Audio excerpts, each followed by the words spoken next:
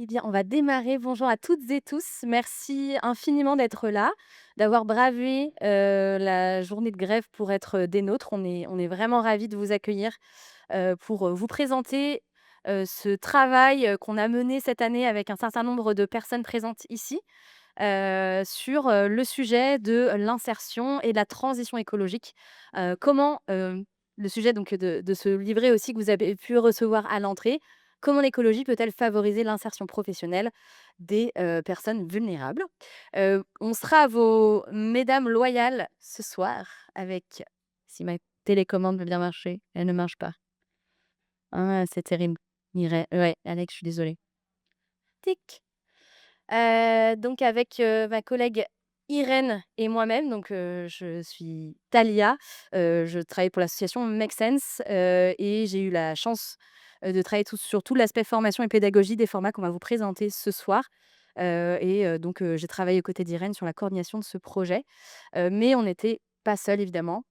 On a, travaillé main dans la main avec, les structures, d'insertion, ARES, Vitamine T, Écoder et La Pile.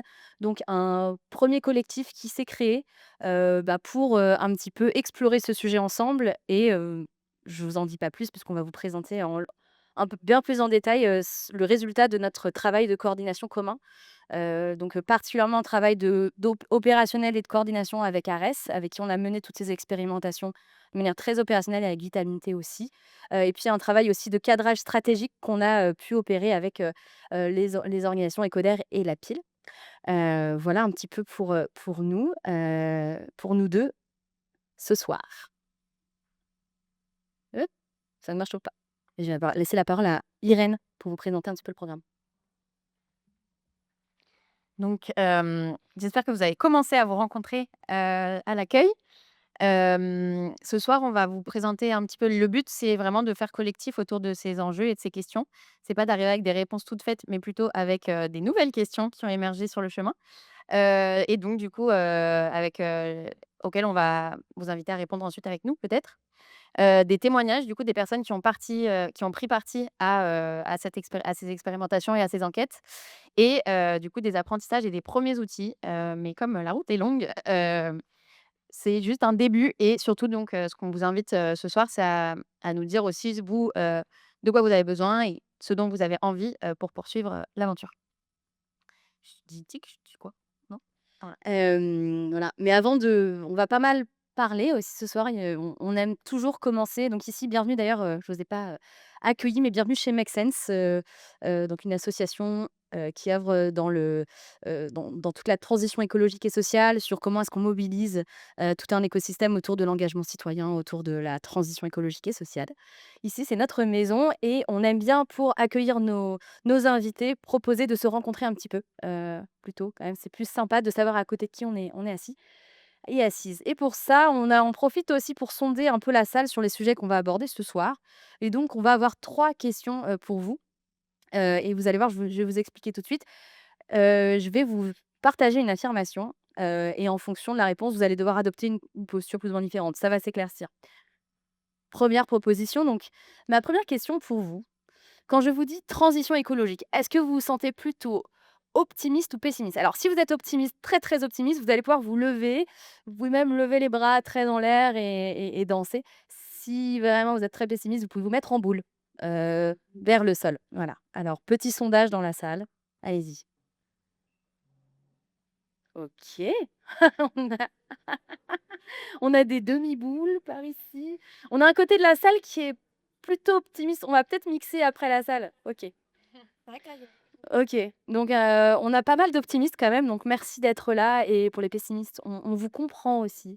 On est ensemble, mais merci d'être tous là, quel que soit votre point de vue sur la situation. Deuxième question, dans votre quotidien professionnel, l'écologie, c'est une priorité ou pas du tout? Donc si c'est une priorité dans votre quotidien professionnel, vous pouvez vous lever. Si c'est pas du tout, vous pouvez partir. Non, faut mettre en boule. On reprend la boule. OK, donc on est un peu moite-moite, très bien. OK. Sur cette question, on vous laisse moins tranquille. Je vous le disais, l'objectif, c'est aussi que vous puissiez rencontrer les personnes autour de vous. Tic. Et donc je vais vous proposer de vous retourner vers, votre voisin-voisine peut-être derrière vous, enfin quelqu'un que vous ne côtoyez pas au quotidien dans votre travail, peut-être de préférence, et de savoir un petit peu pourquoi est-ce que vous êtes dit: «C'est une priorité» ou «C'est pas une priorité». Voilà. Vous pouvez vous mettre à 3 si jamais c'est compliqué d'être à 2 et on se donne 1 minute. Je vais vous interrompre dans ces partages qui ont l'air passionnants. Je suis désolée, mais ce que je propose, je vais passer dans la foule et il y a peut-être des personnes qui vont nous partager ce qu'elles se sont dit. Alors, pourquoi est-ce que l'écologie est une priorité dans votre quotidien professionnel ou pas? Est-ce qu'il y en a qui veulent partager ce qui s'est dit? Non? Il n'y a pas de bonne ou de mauvaise réponse. Je sens tout à fait. Et c'est OK. Merci. Non, que ouais, domicile, Flichy, Farine et vous, on est une entreprise d'insertion dans la boulangerie et juste sur la question du quotidien professionnel, est-ce que l'écologie est une priorité? Moi, j'adorerais dire oui, mais c'est hyper compliqué dans l'alimentaire et on parlait avec Thibaut sur le BTP, donc je sais pas, c'est aussi hyper compliqué. Tant que le système changera pas, nous, à notre petite mesure, voilà. Donc après, nous, on a fait une expérimentation un peu comme vous, donc j'en parlerai peut-être plus tard. Merci beaucoup, Domtil. Est-ce qu'il y a un autre partage, peut-être dans d'autres secteurs ou d'autres sujets qui ont émergé? Est-ce que vous partagez cet avis-là? De c'est compliqué en réalité, on aimerait bien, mais c'est très compliqué. C'est ce qui est ressorti? Ouais. Marina. Bonjour, donc moi je suis Marina, je travaille pour une association qui s'appelle Voisins Malins. On intervient auprès des habitants dans les quartiers prioritaires de la politique de la ville et alors moi l'écologie c'est une priorité pour moi, mais au niveau professionnel, c'est pas forcément que c'est compliqué, c'est que justement, le fait de travailler auprès de populations qui ont d'autres difficultés très sociales, c'est pas toujours facile de mettre l'écologie en premier et de trouver la manière de l'aborder, sans être culpabilisant, sans arriver avec des gros sabots, voilà. Donc c'est pas que c'est pas une priorité, c'est que c'est pas que c'est pas si facile, c'est que faut trouver la manière de l'aborder et ne pas oublier les autres, causes. Voilà.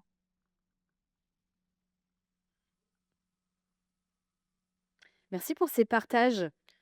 Je vous propose de passer à la troisième question. Vous allez adorer, je pense. Attention, soyez prêts. Si vous aviez 33 secondes, exactement, pour résoudre la crise sociale, environnementale, démocratique et institutionnelle que nous traversons actuellement, que feriez-vous? Et donc là, je vous propose, vous pouvez être des groupes de 4, enfin, vous pouvez être plusieurs cerveaux, mais vous avez quand même 33 secondes, donc pensez-y sur le groupe que vous constituez. Et puis après, on a hâte d'entendre vos réponses. Allez-y. 3, 2, 1. 33 secondes écoulées. 33 secondes écoulées. Et le monde est sauvé. Voilà. Est-ce qu'on a des solutions miracles qui ont émergé, qu'on pourrait crier, jusque dans la rue, peut-être aujourd'hui? Est-ce qu'il y en a qui veulent partager des idées ou des pistes, qui ont été, Ah bah, allez. Miser sur les professionnels de la solidarité. Il serait temps qu'on les remette au cœur du sujet. C'est eux, les pros du soin, du souci des autres, du lien, de la terre, du vivant, et cetera. Les pros de la solidarité. On a oublié de les mettre au cœur du jeu, là-dedans. Vous applaudir. Bravo. D'autres solutions, d'autres idées? Oui.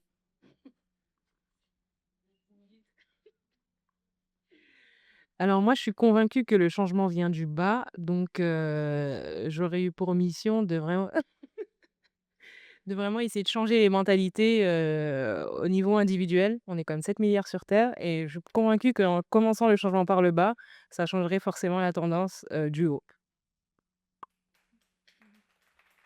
Merci. Voilà, petite boutade, mais pour se rappeler, on sait que le contexte actuel est ce qu'il est et qu'il est compliqué, mais c'était important quand même de se le rappeler et de se réinscrire là-dedans. Et aujourd'hui, on est là aussi pour parler de solutions. On va pas tout résoudre, on le sait, mais faire un petit pas et prendre part aux solutions face à ces grands défis qu'on connaît.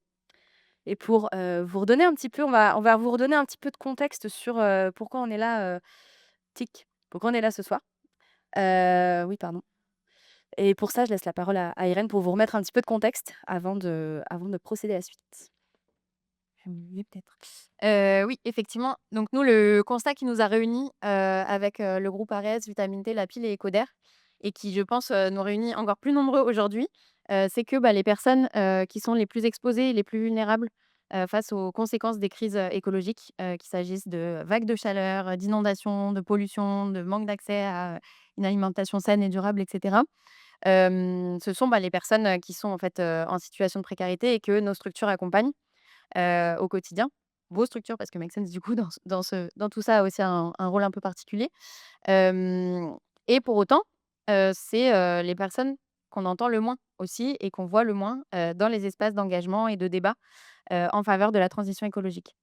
Et donc, ça nous semblait un peu paradoxal parce que ces personnes, elles ont intérêt à agir, elles sont légitimes pour agir et pour autant, elles sont pas forcément au cœur des solutions. Tic. Ça te va si je dis tic? Merci.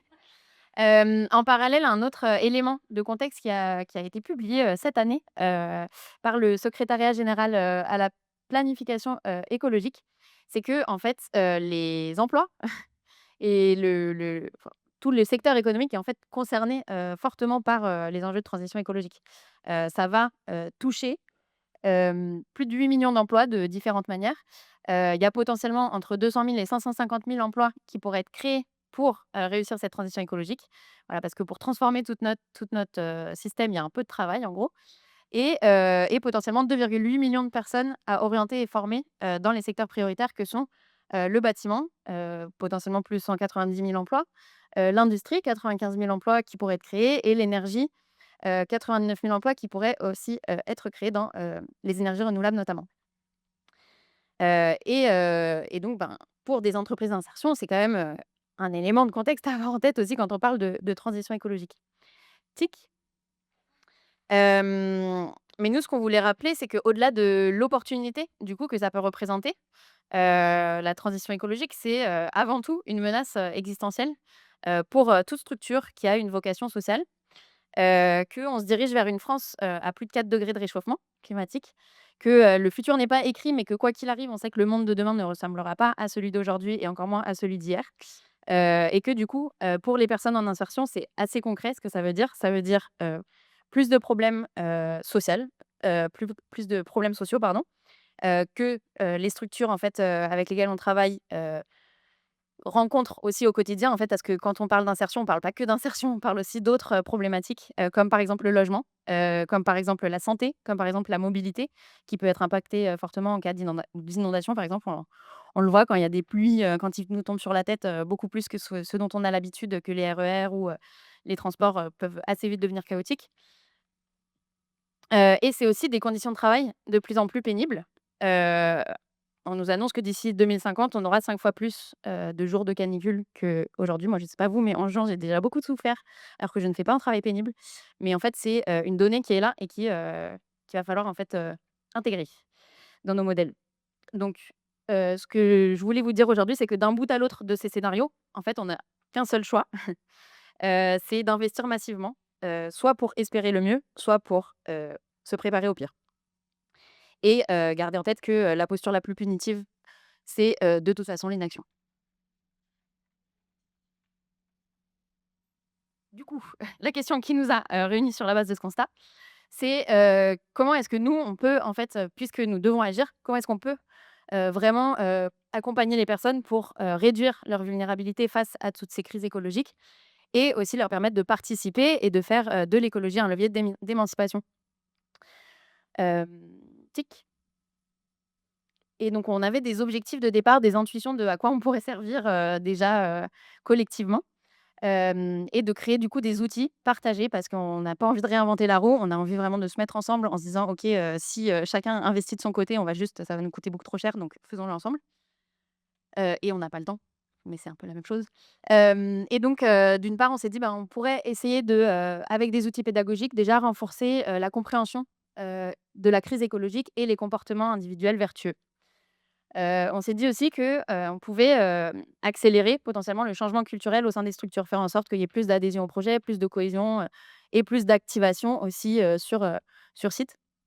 On s'est dit qu'on pouvait très probablement aussi accompagner les parcours professionnels des salariés, vers, les métiers de la transition écologique et peut-être même, avec, puisque le changement vient de la base comme, l'a dit Dialika, peut-être co-construire par le terrain, les stratégies de transition écologique des structures et faire remonter des idées de solutions, d'actions. Donc ça, c'était un petit peu nos intentions et qu'on a creusé derrière par, différentes, leviers qu'on va vous partager juste après. Et donc ce qu'on a fait pour essayer de tirer, c'est le fil de ces intuitions, c'est d'abord de, réaliser une phase d'analyse où on a, regardé ce qui se faisait déjà en matière de sensibilisation, aux enjeux écologiques. Alors on n'a pas tout regardé, mais on continue d'avoir un travail de veille, en continu et d'enrichir, nos outils et nos connaissances et un travail aussi d'enquête, qualitative avec, des focus group et des entretiens. Ensuite, on a fait un travail d'expérimentation à petite et à moyenne échelle, de format de sensibilisation. Heu et ensuite, on s'est dit: «OK, on a trouvé quelques trucs, dont on est plutôt, content, qui fonctionnent plutôt et donc on va aussi, déjà on l'a joué collectif dans la démarche, puisqu'on s'est mis à 5 structures. Tu le disais tout à l'heure, ces 5 structures qui sont assez différentes finalement, que ce soit en termes de taille, d'activité, de modèle économique et on s'est dit: «En fait, nous, on veut pas, faire le travail que pour une structure et que ce soit sur mesure pour cette structure. On veut que nos outils puissent réagir aussi dans différents contextes et que ce soit vraiment du commun» et donc on est allé aussi chercher des utilisateurs extrêmes dans notre approche pour se dire: «Bah, voilà, est-ce que ces structures-là aussi pourront s'approprier nos outils demain?» Et du coup, ce qu'on a commencé à faire, c'est de se réunir, avec une diversité de structures, de d'animer et de se former et de co-construire des outils et de préfigurer aussi ce que pourrait être cette gouvernance des communs pédagogiques qu'on a créés. Voilà, je ne vous en dis pas plus parce qu'on reviendra dessus tout à l'heure, mais pour, nous aider aussi à approfondir, la problématique, j'aimerais inviter sur scène, les partenaires de la démarche qui, nous ont permis déjà de nous lancer dans ce projet. Donc, qui veut commencer?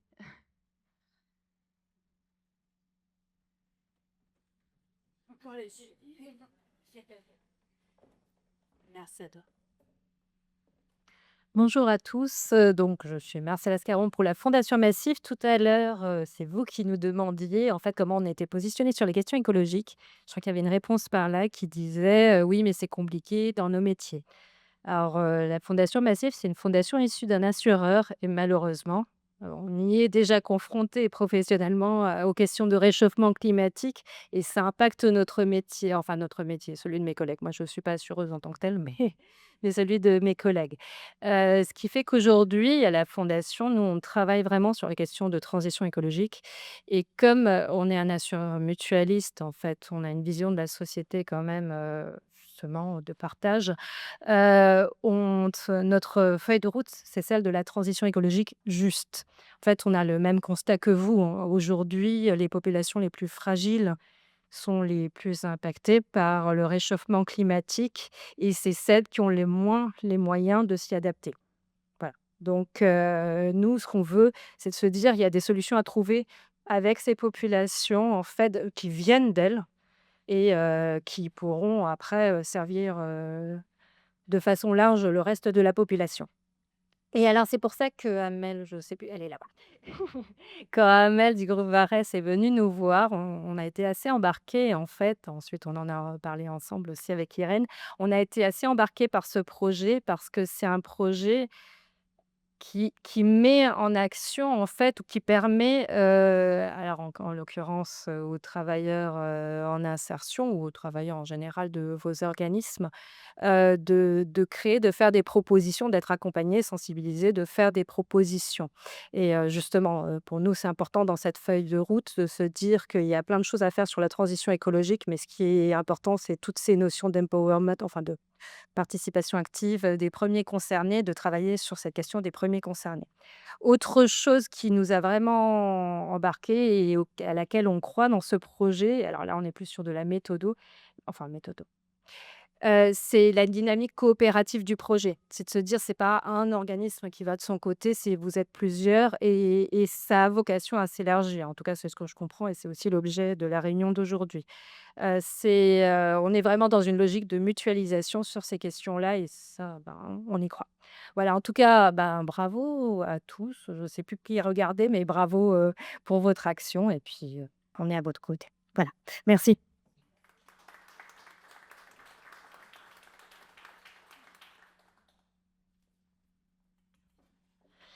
Eh bien, bonsoir à toutes et à tous. Merci beaucoup, en tout cas, pour, ce beau projet et donc, Christina Nerup aurait pu être là ce soir, mais, les grèves en ont décidé autrement puisqu'elle est angevine. Donc, mais elle se fera un plaisir de suivre avec moi le dossier pour l'ADEME. Donc l'ADEME, c'est l'Agence de la transition écologique pour ceux qui la connaissent moins.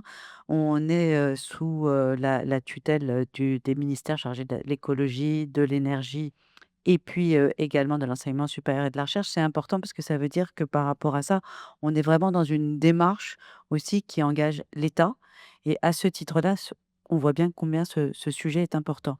L'autre point, c'est que c'est vrai qu'à l'ADEME, on a, beaucoup travaillé sur, la notion de transition juste. Peut-être que c'est une évolution qu'il y a eu et on en a fait une feuille de route. Pour ceux d'entre vous qui seraient intéressés, nous pourrions vous transmettre par le biais d'Irène la feuille de route de l'ADEME sur la transition juste. En gros, la transition écologique, elle sera juste ou elle ne sera pas. C'est un poncif, mais c'est un poncif qu'il est important de rappeler régulièrement, de façon à ce que quand on réfléchit au projet, on puisse aussi avoir ça en tête. Troisième point, j'ai essayé de vous montrer un peu comment l'agence, comment l'ADEME essaie de travailler sur ce sujet-là. Et on mène plusieurs initiatives. Christina, c'est marqué, elle est coordinatrice de l'ONPE, donc par rapport à la précarité énergétique, où là, on pilote l'observatoire pour formuler des propositions concrètes et il y a la question notamment des impayés énergie, c'est quelque chose on va revenir, bientôt au mois d'octobre et on sait tous ce que ça veut dire, notamment par rapport au froid, et par rapport, aux passoires énergétiques dans lesquelles, bon nombre de personnes, malheureusement vivent. Sachez aussi qu'on a travaillé avec ATD Carmonde. Je pense que ça, c'est des choses qui sont assez méconnues dans l'ensemble et il y a 8 agents de l'ADEME qui ont participé à 3 jours d'immersion totale, et d'échange avec des personnes en grande pauvreté.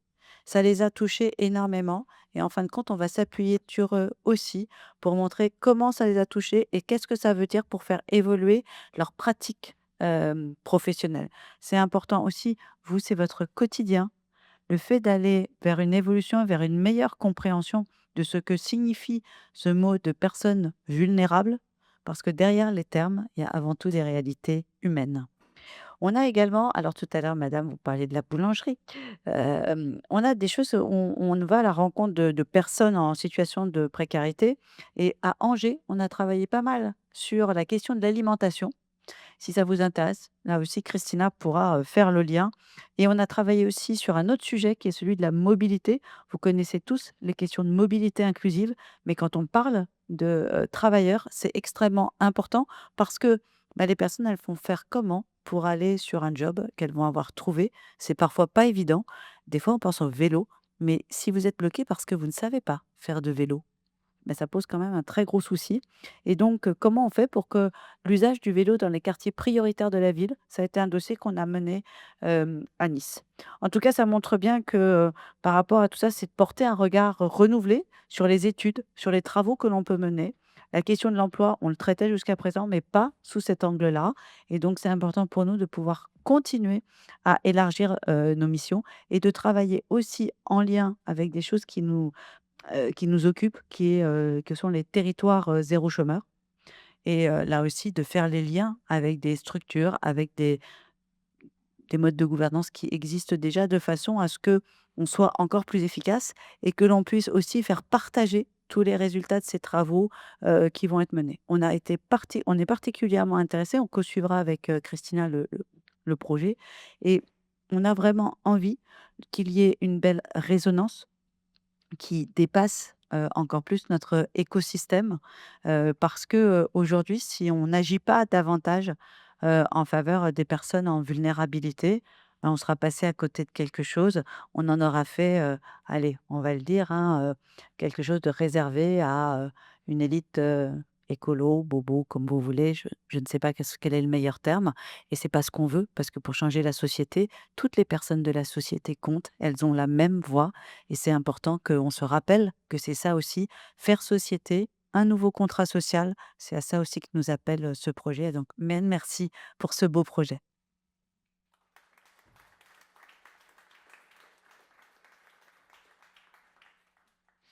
Et alors, pour terminer, donc, Laurence Moret, secrétaire générale de la Fondation Crédit Coopératif, n'a pas pu venir pour les raisons que vous connaissez déjà.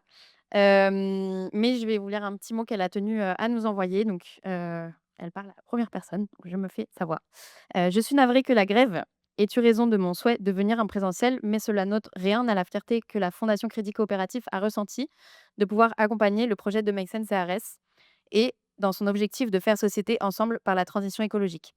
Car il a contribué à amener le sujet de l'écologie au sein des organisations d'accompagnement socio-professionnel et d'en faire un projet fédérateur. Ce projet entre aussi dans le plan stratégique de la Fondation qui consiste à accompagner les structures de l'ESS pour se former et se transformer vers une transition juste.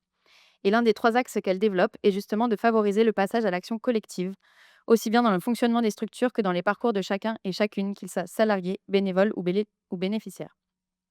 Il montre aussi que par la collaboration réussie et constructive entre ARES, Vitamine T, La Pile, Ecoder, Make Sense et bientôt d'autres structures, il est important de quitter les silos et coopérer pour faire face aux enjeux de fond qui nous attendent. Bravo. Je te re-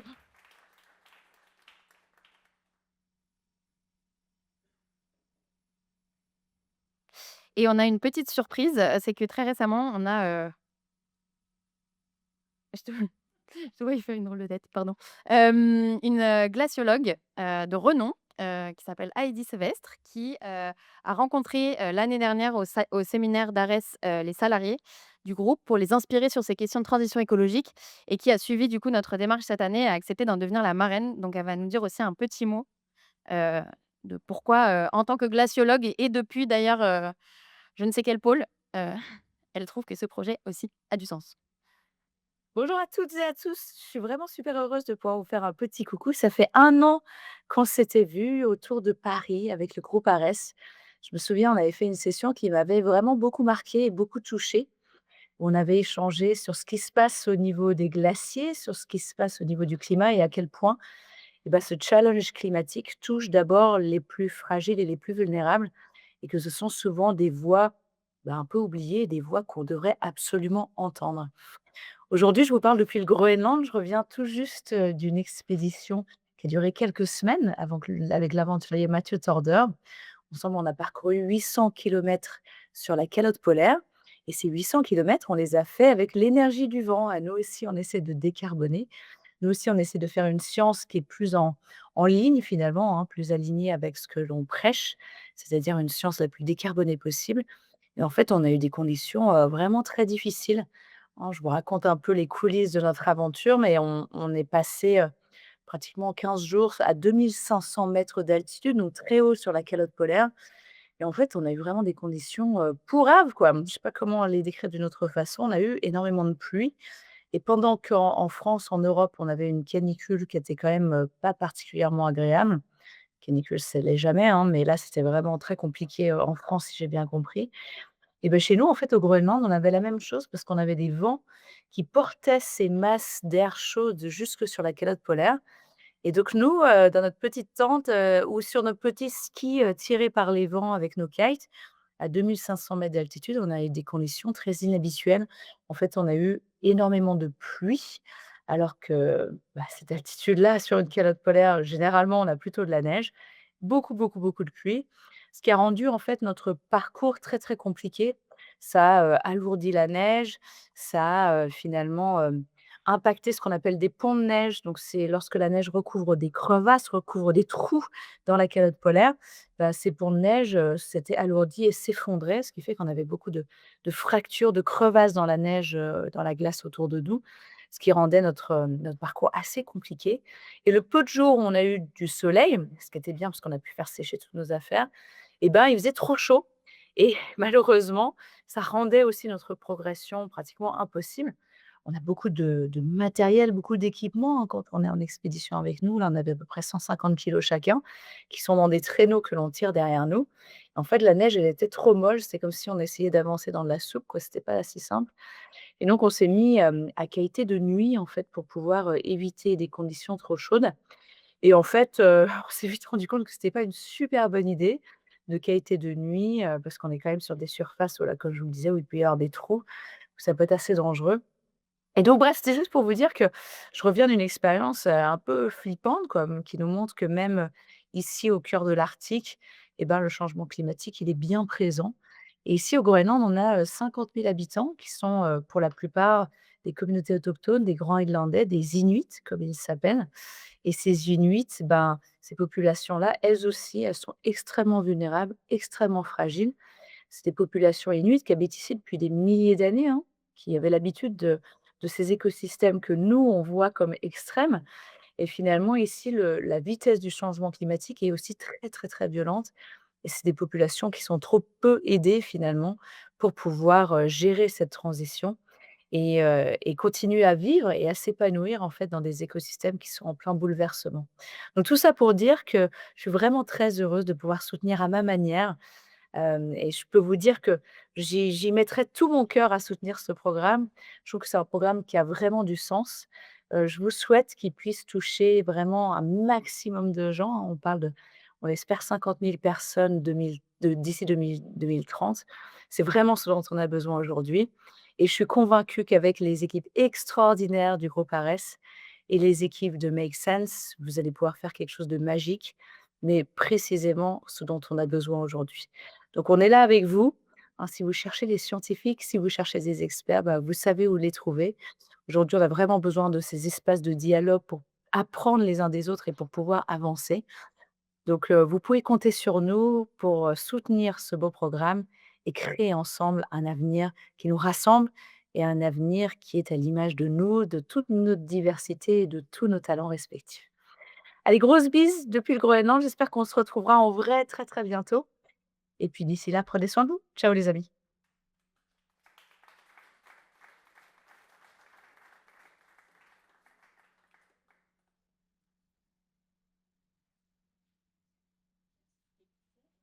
Ah, il est temps, de la On a voulu, voilà, on a beaucoup parlé, mais maintenant, on voulait aussi donner la parole aux parties prenantes du projet. Heu et du coup, Alizée, je vais te laisser, introduire, si ça te va.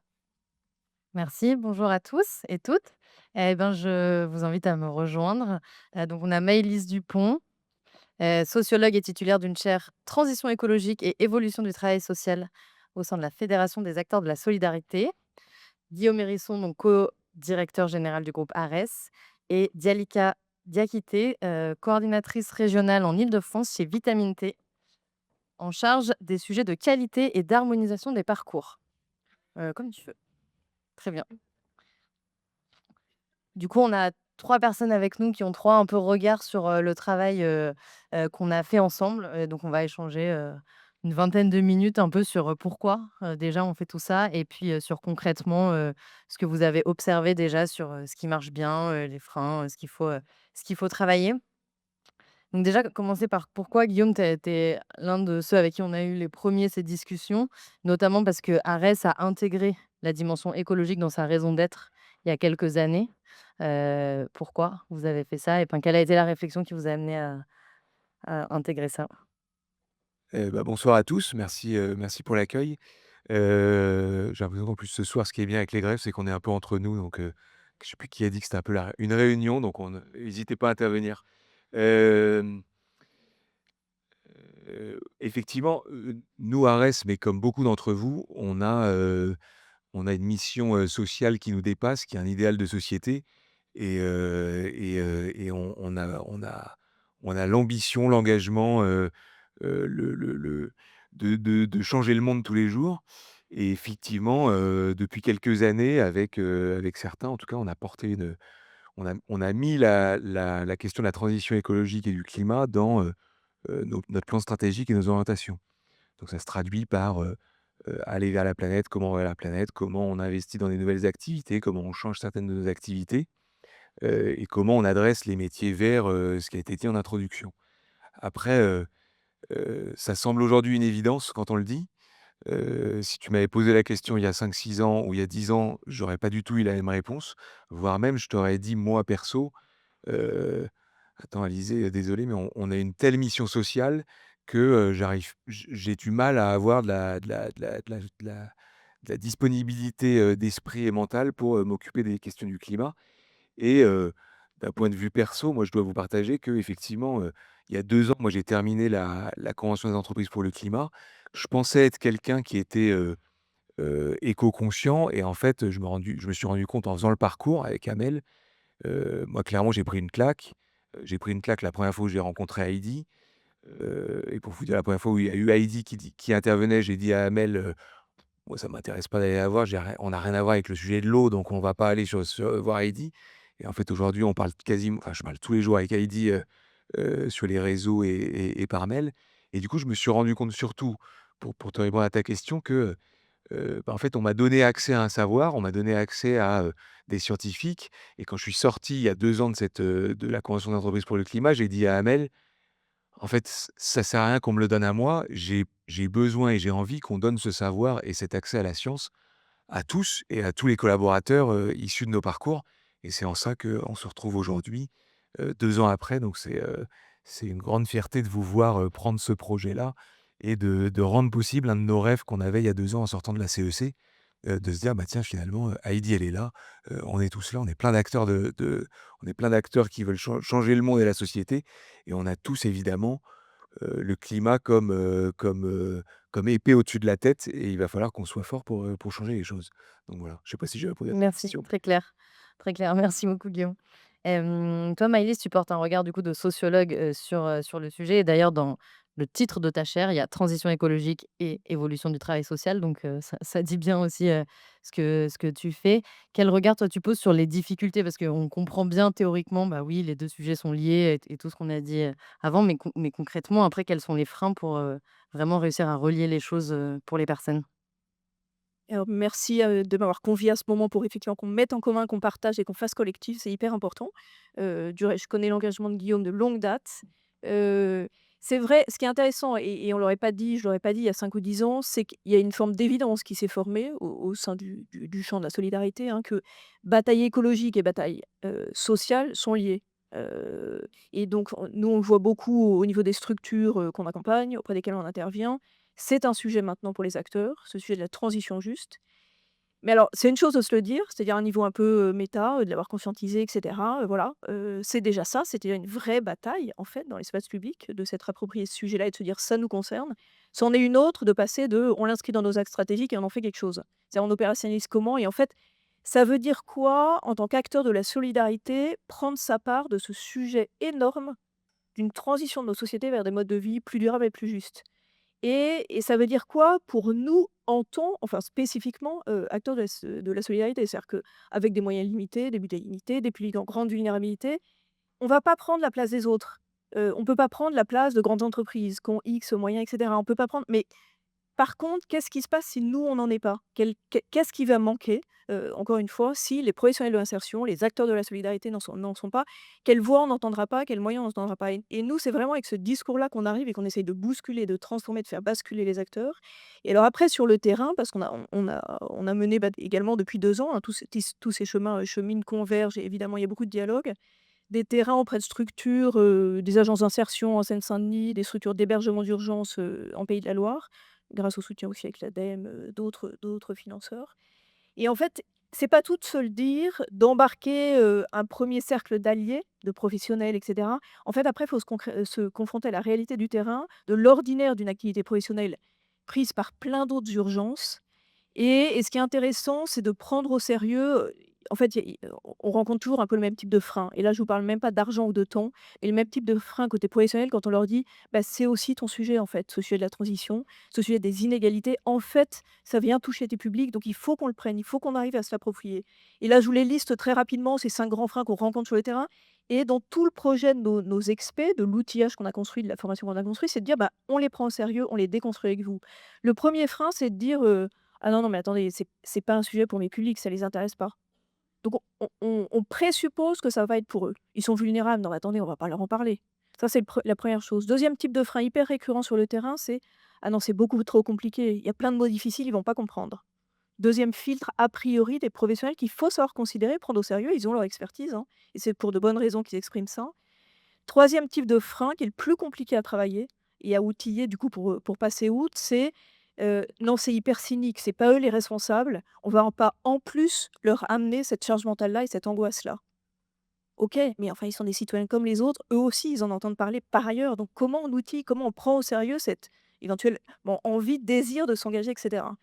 4e type de frein, mais quand on est là, on a presque gagné l'affaire, heu, c'est, «Oui, OK, moi je veux bien y aller avec mes publics et cetera, les professionnels, les publics concernés, mais qu'est-ce que ça va changer?» Et donc là, il faut travailler sur ces différentes échelles d'engagement. Et puis le dernier type de frein, c'est, «Ouais, mais vous êtes bien sympa, tout ça, c'est hyper intéressant mais est-ce que c'est vraiment mon métier?» Et aujourd'hui, on doit passer par toutes ces étapes et les prendre au sérieux. Sinon, en fait, on va toujours buter sur quelques alliés, quelques initiatives, voilà, où on veut y aller, mais c'est le gros des troupes qu'il faut embarquer. Merci beaucoup pour ces freins. La tâche est, longue et Dialika, donc toi, tu es au contact, chez Vitamine T des publics justement et des personnes et à travers les différentes expérimentations, est-ce que tu as identifié soit des façons de lever des freins ou des opportunités auxquelles ce sujet de la transition écologique pourrait permettre de répondre aussi pour les personnes? Merci beaucoup, merci Make Sense, merci Arès de nous avoir associés à la boucle dès les prémices. Effectivement, à mon sens, l'enjeu est vraiment d'articuler le sujet de la transition écologique avec notre cœur de métier qui, pour le groupe Vitamine T, est de, remettre les personnes à l'emploi et pendant, tout un parcours d'accompagnement qui peut durer de 1 an à 2 ans, l'idée, c'est vraiment de travailler avec, les publics sur des sujets très divers et variés qui portent sur, les enjeux, socio-économiques, des problématiques, sociales, des problématiques, liées à l'argent, à tout plein de sujets de société et l'idée, c'est de se dire que, bah, ce sujet de l'écologie, c'est aussi un sujet de société comme un autre, qu'on pourrait intégrer à la manière dont on accompagne les personnes, sur des sujets divers et variés. On travaille avec eux sur, leur pouvoir d'agir, sur leur confiance en soi, pour les rendre acteurs de la société d'aujourd'hui et de demain et en ce sens, la transition écologique, bah, s'imbrique parfaitement dans l'accompagnement qu'on propose déjà et fait sens avec la mission, qu'on porte de remise à l'emploi. Merci beaucoup pour ça et je vais passer à une deuxième série de questions qui sont un peu les apprentissages sur les conditions, pour que ça fonctionne cette participation. Peut-être en commençant par toi, Maëlys sur, il y a beaucoup cette question qui revient un peu en filigrane de la d'un côté la responsabilité, de l'autre côté la légitimité, de travailler, sur ces questions-là avec des publics, vulnérables. Comment est-ce que tu recommandes d'aborder ces problématiques, justement pour lever une partie des freins que tu as mentionnés? Beh, je pense que la 1re chose, c'est hyper important, de poser le cadre et de dire que c'est pas parce qu'on n'est pas tous également responsables de ces dérèglements climatiques, dégradation des mondes vivants et cetera, qu'on n'est pas tous également concernés. Il faut vraiment faire la part des choses. C'est-à-dire, oui, il y a des histoires de responsabilité, mais de toute façon, personne va passer à côté. Et il y a pas des citoyens de seconde zone, qui, voilà, on va les épargner, on va pas en parler, non. En fait, on va être tous concernés. Et donc, encore une fois, moi, j'aime bien, poser la question dans l'autre sens aux équipes, aux personnes, que je rencontre, c'est: «Qu'est-ce qui manque si tu en es pas? Qu'est-ce qui va manquer? Qu'est-ce qu'on va pas entendre? Quelles ressources, quelle formulation des problèmes, voilà, qu'est-ce qu'on peut mettre au pot?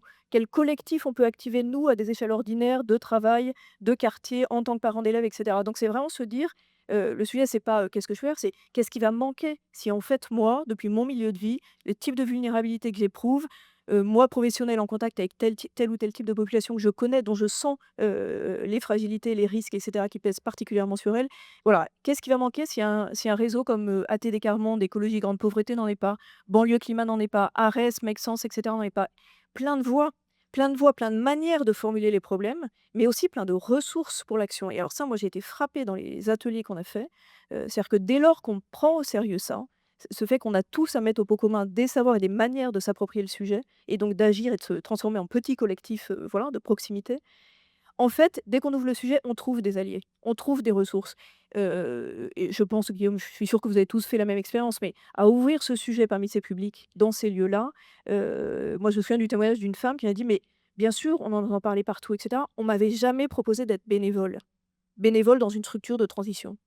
Et on les met à l'écart, en fait, du sujet, alors que bien entendu qu'il y a des ressources d'engagement, de mobilisation et des savoirs. Là, en Seine-Saint-Denis où on travaille, je peux vous dire qu'il y a des nationalités du monde entier, donc des manières ultra diverses de se rapporter au vivant, aux liens aux autres et cetera, au vivant, à la terre, donc plein de savoirs dont il faut savoir faire quelque chose. Ouais, merci de souligner cette importance des différentes visions qui peuvent vraiment apporter en termes de solutions et de vision du problème et c'est souvent pas avec les pensées du passé qu'on va résoudre les problèmes du futur. Hem et toi, Dialika, est-ce que tu as des exemples concrets à nous partager sur, comment est-ce que vous avez fait pour que les personnes dans les ateliers se sentent à l'aise vraiment pour participer sur ce sujet et trouvent leur place dans cette vaste question? Bah, c'est une très bonne question parce que la manière d'aborder le sujet, joue beaucoup sur la façon dont les personnes vont s'approprier et vont se sentir concernées par le sujet.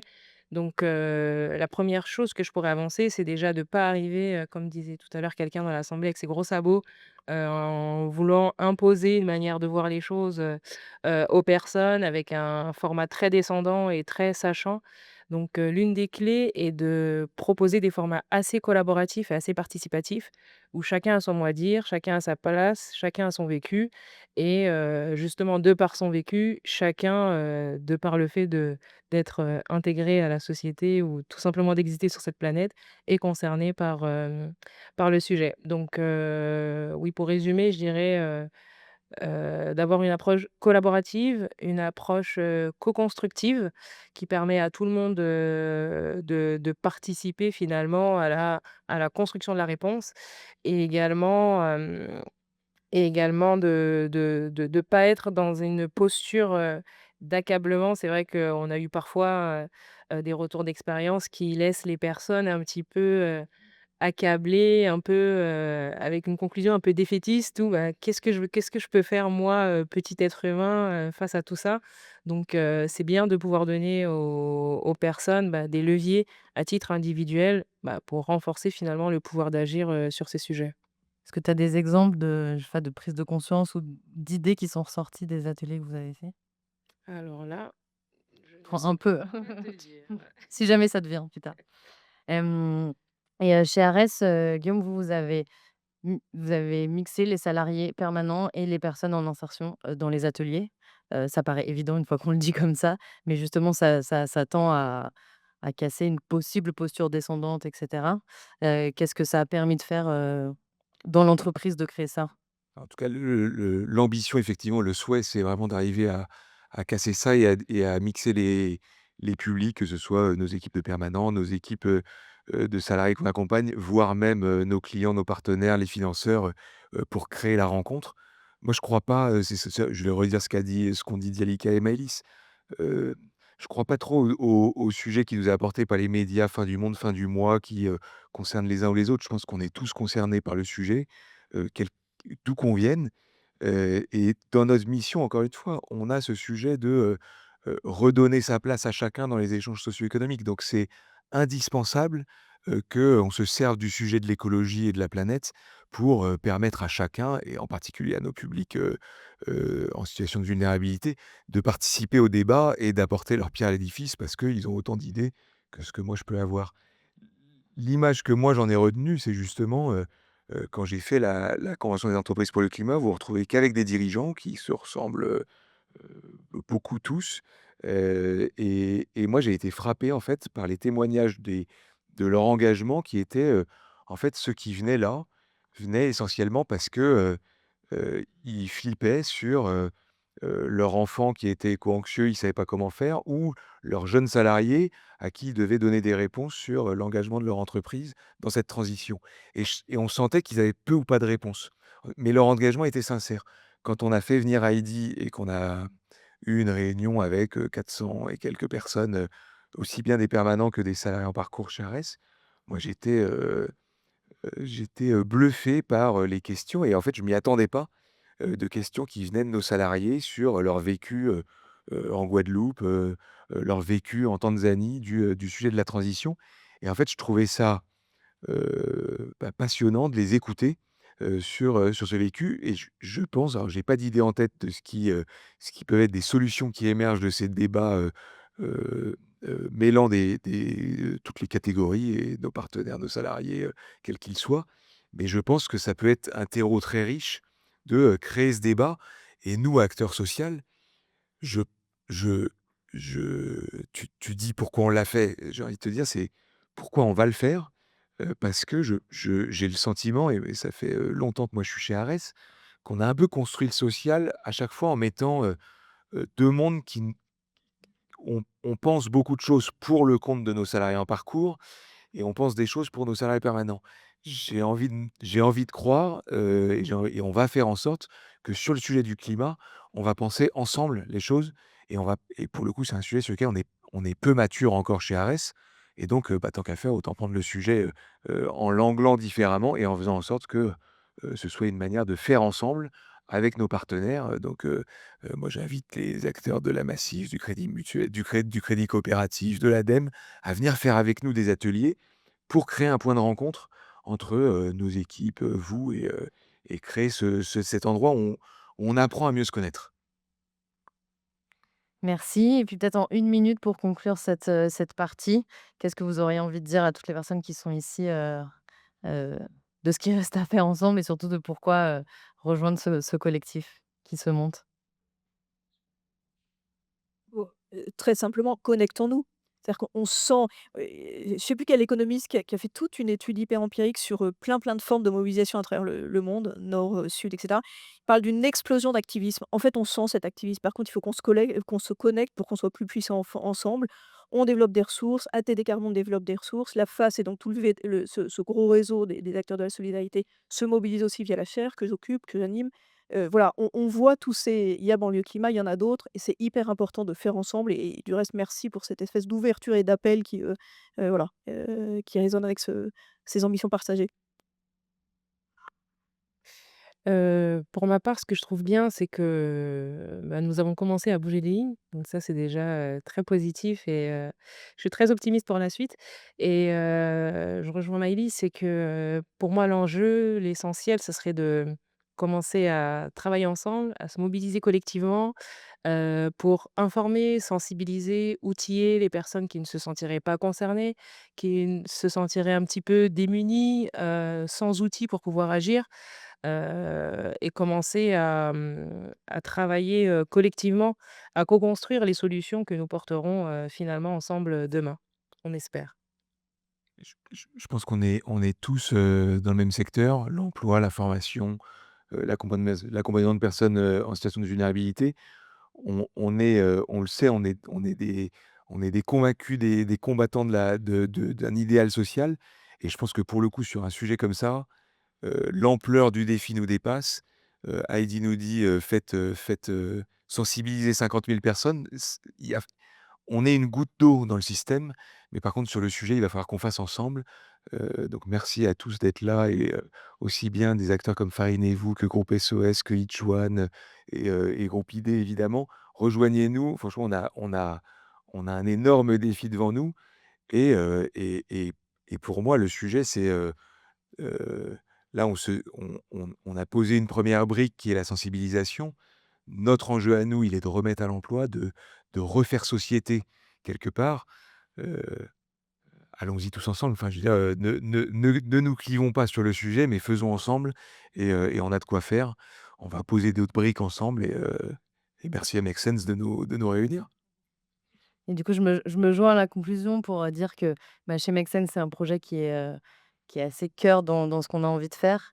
C'est marrant parce que quand moi j'ai commencé à travailler sur l'entrepreneuriat social, Farinez-vous, Arès, Vitamine T, je pense que c'était dans les 10 top exemples et Groupe SOS, c'était dans les 10 top exemples qu'on citait. Donc ça réunit bien des enjeux qu'on travaille depuis longtemps sur l'entrepreneuriat social et de l'autre côté la transition écologique et qu'on essaye de vraiment mener ce projet avec, les convictions qui nous animent. C'est-à-dire, l'idée c'est pas de faire pour, mais c'est vraiment de faire avec et de former, plein de gens partout à s'emparer de ces sujets-là dans leurs organisations et puis de le faire en collaboration, en réseau et puis en ouverture, des méthodes. Donc voilà, on est très content de ce programme, monté avec, tous ces partenaires et je laisse la place pour la prochaine étape.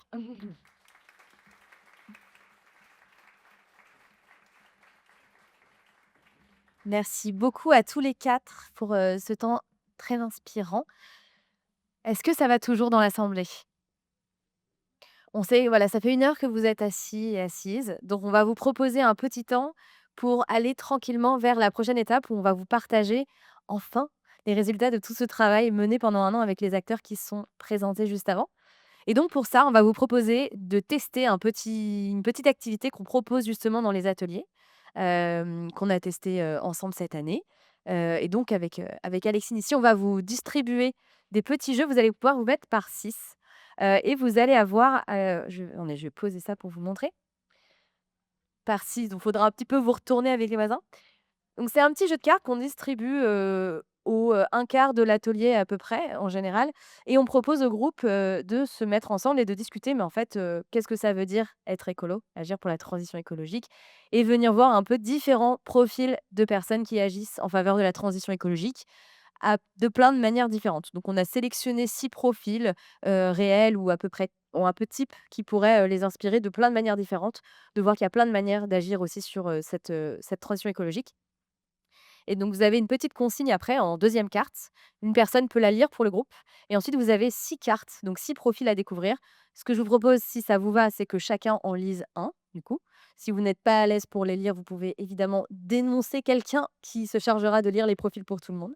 Et vous avez ensuite un temps d'échange où vous allez chacun et chacune pouvoir dire: «Moi, le profil qui m'a le plus parlé, qui m'a le plus inspiré, c'est ce profil-là et pourquoi?» Et voir un petit peu, quelles sont un petit peu les différentes visions de l'écologie qui déjà coexistent dans votre groupe, et qu'est-ce qui vous parle le plus.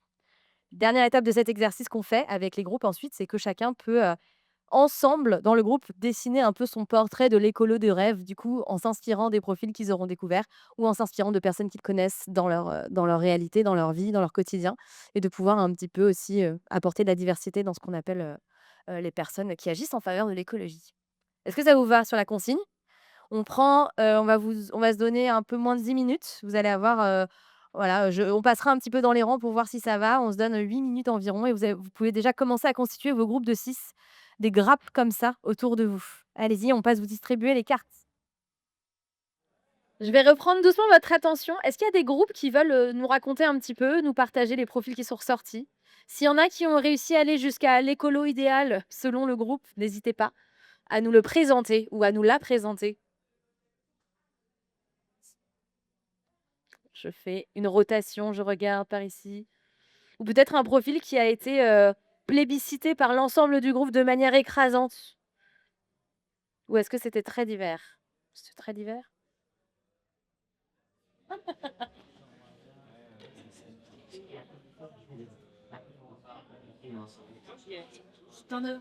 Ah, s'il vous plaît, je récupère votre attention. Elle t'intéresse? Donc certains faisaient remarquer dans notre groupe que finalement, il y avait des profils un peu super-héros et donc préféraient se tourner vers des acteurs vraiment du quotidien. Ça, c'était une analyse. Ouais. Au moment où tu as parlé, c'était chiant. C'était la plus visuelle. Merci beaucoup. Est-ce que c'était des réflexions similaires pour les autres? Ou d'autres, éléments un petit peu distinctifs qui vous ont fait, vous pencher vers un profil plus que l'autre? Pas particulièrement? Oui? Dans le groupe, ce qui a été particulièrement souligné, c'est l'expérience personnelle, le vécu comme moteur de l'engagement et ensuite volonté de transformer et de changer le monde. Et puis, on a été assez séduits aussi, dans les quelques profils qu'on a, voilà, qu'on a, mis au top, par une capacité de parler à tous, c'est-à-dire une marche à l'entrée, très basse. On parle d'eau non polluée, on parle d'alimentation, on parle de choses qui nous rassemblent et qui sont en fait pour tous et concernent tous, voilà. Pas une grande technicité, mais vraiment, des gestes du quotidien qui nous relient. Merci. S'il n'y a pas d'autres partages, je vous propose de vous repositionner en plénière. On espère que vous avez apprécié cette petite immersion.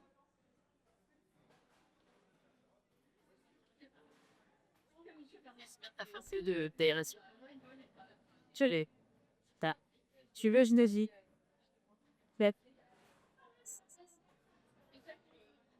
Ouais, peut-être. Alors, Ditik, du coup? Ou c'est Alex?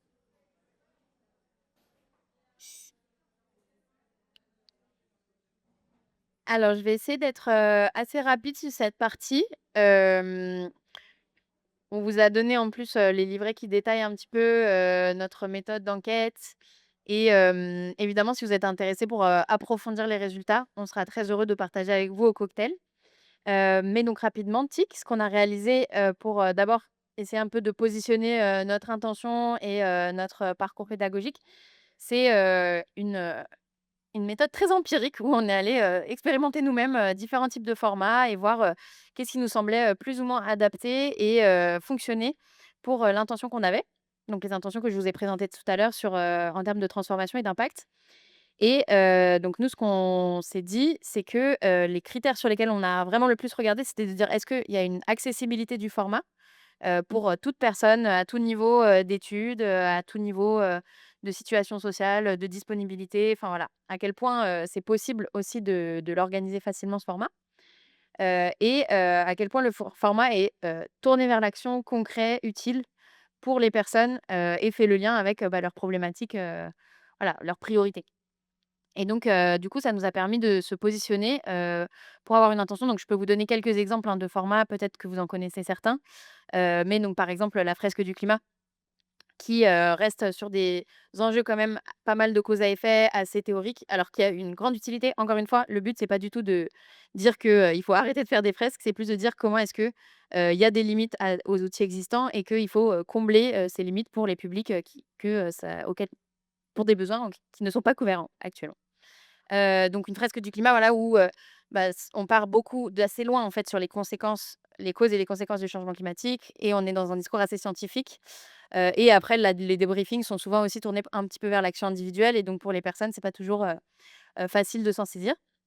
On a aussi, par exemple, Ma petite planète, mais qui est très tournée pour le coup là vers l'action, mais notamment pas mal les éco-gestes et qui est aussi, un petit peu lourd parfois à mettre en place, pour, des personnes qui ne sont pas forcément équipées, notamment de dispositifs, digitaux et cetera. Voilà et encore une fois, on reconnaît quand même les contributions de tous ces formats-là, à, la transformation, à la conscientisation de, tout un tas de publics, de différents, milieux sociaux, territoires, horizons, générationnels, culturels, voilà. Mais dans le contexte spécifique, on a voulu se positionner et aussi ne pas réinventer la roue, heu, pour plutôt construire sur, les apprentissages, du passé. Et je le redis, mais du coup, on sait qu'en parallèle, cette année, il y a eu des démarches, qui se sont construites, hem, bah, notamment par la Fondation des acteurs de la solidarité, par ATD Quart Monde et donc l'idée, ça va aussi être après de remettre en commun pour, voir, bah, qu'est-ce qu'on a trouvé de commun? Comment est-ce qu'on peut aller plus loin? Comment est-ce qu'on peut, se compléter les uns les autres? Tic. Ensuite sur la partie, enquête qualitative, on a fait, des ateliers collectifs, donc notamment lors du séminaire, ARES où il y avait, Heidi qui a fait, la note introductive. Où on a du coup interrogé, les personnes sur, leur rapport à l'écologie, sur les solutions qu'ils pouvaient imaginer, dans l'entreprise et on a fait aussi 19 entretiens individuels. Là-dessus, on s'est aligné vraiment sur, les questions qu'on voulait poser entre les 5 structures, partenaires, et on a voulu creuser à la fois leur rapport personnel à la crise écologique, comment est-ce qu'ils le vivent, à quel point c'est présent pour eux ou pas, à quel point c'est important pour eux ou pas, prioritaire. Est-ce que dans l'entreprise, le sujet aussi était présent avec leurs collègues, dans leur travail, dans leur parcours de formation, par exemple, et cetera? Et est-ce qu'ils faisaient le lien aussi entre, l'écologie et leur capacité à, se projeter dans un avenir professionnel notamment, ou pas? Est-ce que c'était présent dans, les parcours d'accompagnement, spécifiquement dédiés aux enjeux d'insertion professionnelle? Et donc on a, réalisé ça auprès de, un échantillon de 63 de salariés en insertion, 21 de salariés permanents et 16 avec des fonctions plutôt liées à la production et 16 de salariés, permanents plutôt fonction support. Tic.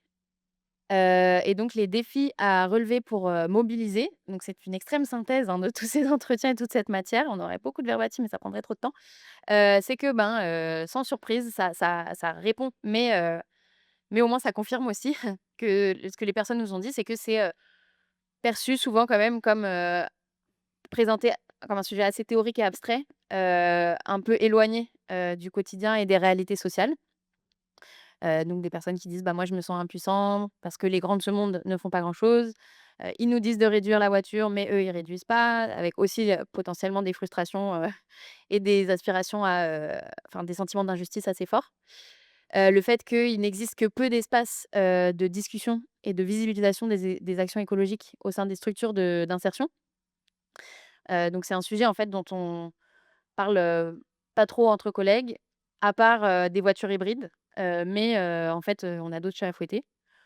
c'est des exemples de verbatim, hein, il y a plein de verbatim qui pourraient aller dans ce sens, où l'activité propre de l'entreprise, et son groupe, est dans l'économie circulaire, donc une personne qui avait reconnu, et conscientisé ça, mais par contre, nous, en interne, on, n'est pas forcément, raccord avec, l'activité qu'on porte et on, met pas forcément assez de choses en place.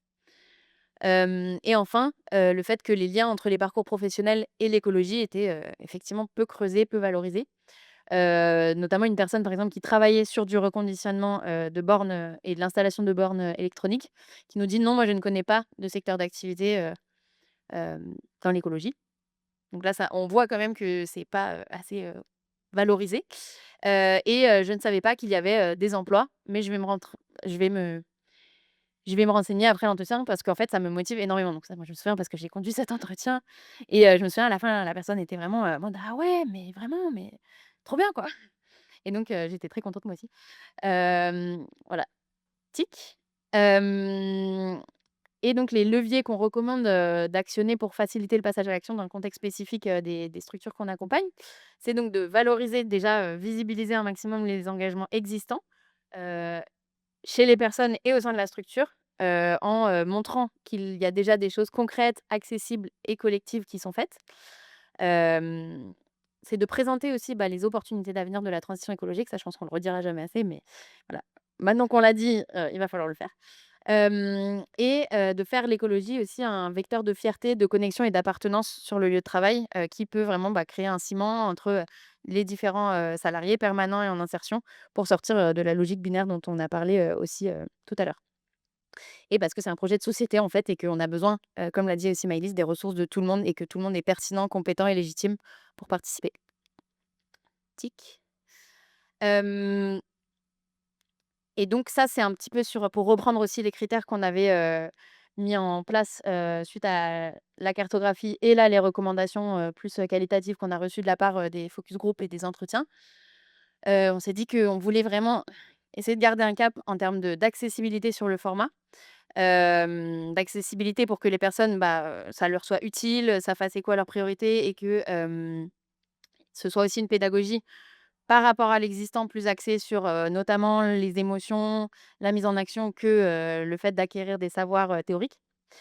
Et d'avoir vraiment cette mixité aussi dans les espaces, de sensibilisation, pour que, bah, chacun, se sente à sa place et qu'il y ait de la réciprocité entre les participants, de la transmission. Donc ça, on l'a aussi dit, tout à l'heure. Et que le contenu, soit, là, on a fait un gros effort aussi dans les itérations successives, d'accessibilité avec, du photolangage, de du des traductions en anglais. Peut-être que vous avez eu certaines cartes, par exemple. Faire en sorte que les personnes se sentent le plus à l'aise et le plus légitimes pour contribuer en posant vraiment un cadre et en prenant le temps de briser la glace comme on aime le faire. Voilà, et aussi on s'est quand même mis comme contrainte que ce soit peu coûteux parce qu'il y avait, déjà cette intention de réplicabilité, donc pas faire, une Rolls-Royce, pour, une seule structure avec un seul groupe, mais plutôt faire, voilà un véhicule, qu'on pourra ensuite déployer dans plein de différents espaces. Low tech comme on dit. Et enfin les critères de finalité, donc ça on l'a ça recoupe aussi, la question d'accessibilité, mais donc repartir, mettre les personnes au centre, co-construire avec elles, écouter juste leurs besoins et essayer d'y répondre au mieux. Hem, trouver, comment est-ce qu'on transforme, la vision actuelle et les récits dominants, sur l'écologie qui sont un peu de l'éco-geste à, l'activisme, et comment est-ce qu'on trouve un peu une voie intermédiaire constructive et accessible, avec une échelle, collective. Comment est-ce qu'on travaille donc sur le pouvoir d'agir des personnes, hem, à l'échelle de leur organisation et en articulation avec la mission, sociale et productive, des structures. Et je repasse la parole à Talia. Merci. Maintenant qu'on a posé un petit peu le contexte et ce qu'on a essayé donc de réaliser, je vais vous partager donc ce qu'on a expérimenté concrètement, heu, donc avec le format que vous avez commencé à voir. Je sais pas, je vais me mettre là, ouais, c'est là, tic. Donc le dispositif d'expérimentation qu'on a mis en place, donc notamment, main dans la main avec Ares et avec le soutien aussi des structures qui font partie de ce premier groupement, ça a été de se dire, donc il y avait toute une phase d'enquête qui s'est terminée en gros à la fin de l'année 2024, et à partir de janvier, on s'est lancé, avec Jules aussi qui est là-bas, voilà, qui se cache, mais dans tout un travail d'expérimentation, donc construction des outils pédagogiques avec toute la matière qui avait été récoltée, avec tout ce qui avait été emmagasiné. Une mobilisation aussi des équipes pour mobiliser des participants, des personnes qui allaient pouvoir faire la communication aussi autour de ces ateliers expérimentaux. Et puis, une troisième étape qui était de former des personnes aussi en interne qui étaient motrices et il y en a certaines dans la salle aussi, pour prendre en main ces méthodologies-là et faire en sorte qu'elles puissent se déployer justement, toujours dans une phase expérimentale. Donc on a, en tout, il y a eu 9 ateliers qui ont été animés. Je vais revenir après sur, les formats, qui ont réuni 270 participants au sein des structures d'ARES et de Vitamine T.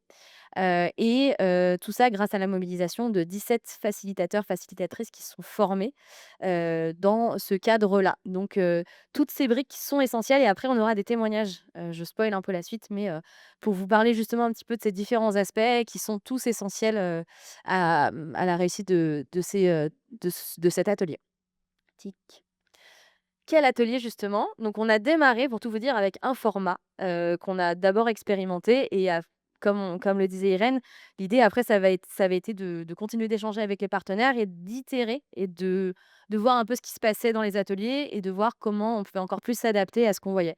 Et typiquement, on a vu le besoin aussi pour atteindre, les 50 000 personnes en 2030, d'avoir des formats aussi qui peuvent se faire sur site directement en mobilisant toutes les personnes qui sont, concrètement au travail toute la journée et qui ne peuvent pas se libérer une demi-journée aussi pour, faire un atelier de 3 heures, de 2h30, 3 heures. Donc ça, c'est un vrai enjeu, qu'on a voulu prendre en compte. On avait, à cœur aussi de respecter des principes pédagogiques, qui étaient prioritaires et qu'on a, maintenus et qui font écho à tout ce que vient de vous partager Irène, mais d'avoir des formats qui restent collectifs au maximum, même si dedans on va pas tous prendre la même chose, d'avoir des formats qui mettent au cœur le collectif. L'interaction et d'avoir donc un maximum d'aspects ludiques, et aussi, vous le verrez, mais enfin, on n'a pas de il y a ça peut se faire sans diapositive. Nous, c'est vrai qu'on a l'habitude quand on fait des formations et cetera, d'avoir souvent des choses qui sont projetées. Là, on se sépare un maximum de ça, et inclusif, ça a déjà été beaucoup dit, mais d'avoir des supports qui soient accessibles. Là, on travaille aussi sur le fait d'adapter pas mal de supports avec du français facile à lire et à écrire, le FALC. Et donc on continue un peu ce travail-là et inclusif dans le sens où on mêle les publics, c'est très important de pas se dire: «C'est un format spécifiquement pour» oui, tu peux annuler. Voilà. On a donc 2 formats. Un format qui est plutôt focalisé sur l'action au sein de l'entreprise, qui se fait donc typiquement sur un format plus court, 1h45, qu'on a testé, de 30 à 100 personnes, avec, il faut du monde en animation, mais en tout cas ça se fait.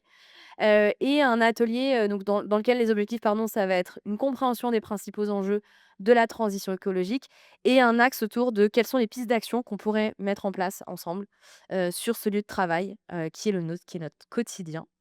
Et un deuxième atelier donc, qui est, celui-ci va avoir également la dimension de compréhension des enjeux, de la transition écologique et vous le verrez, jamais très peu par une approche descendante, mais par une approche par le vécu, par les émotions et par le partage.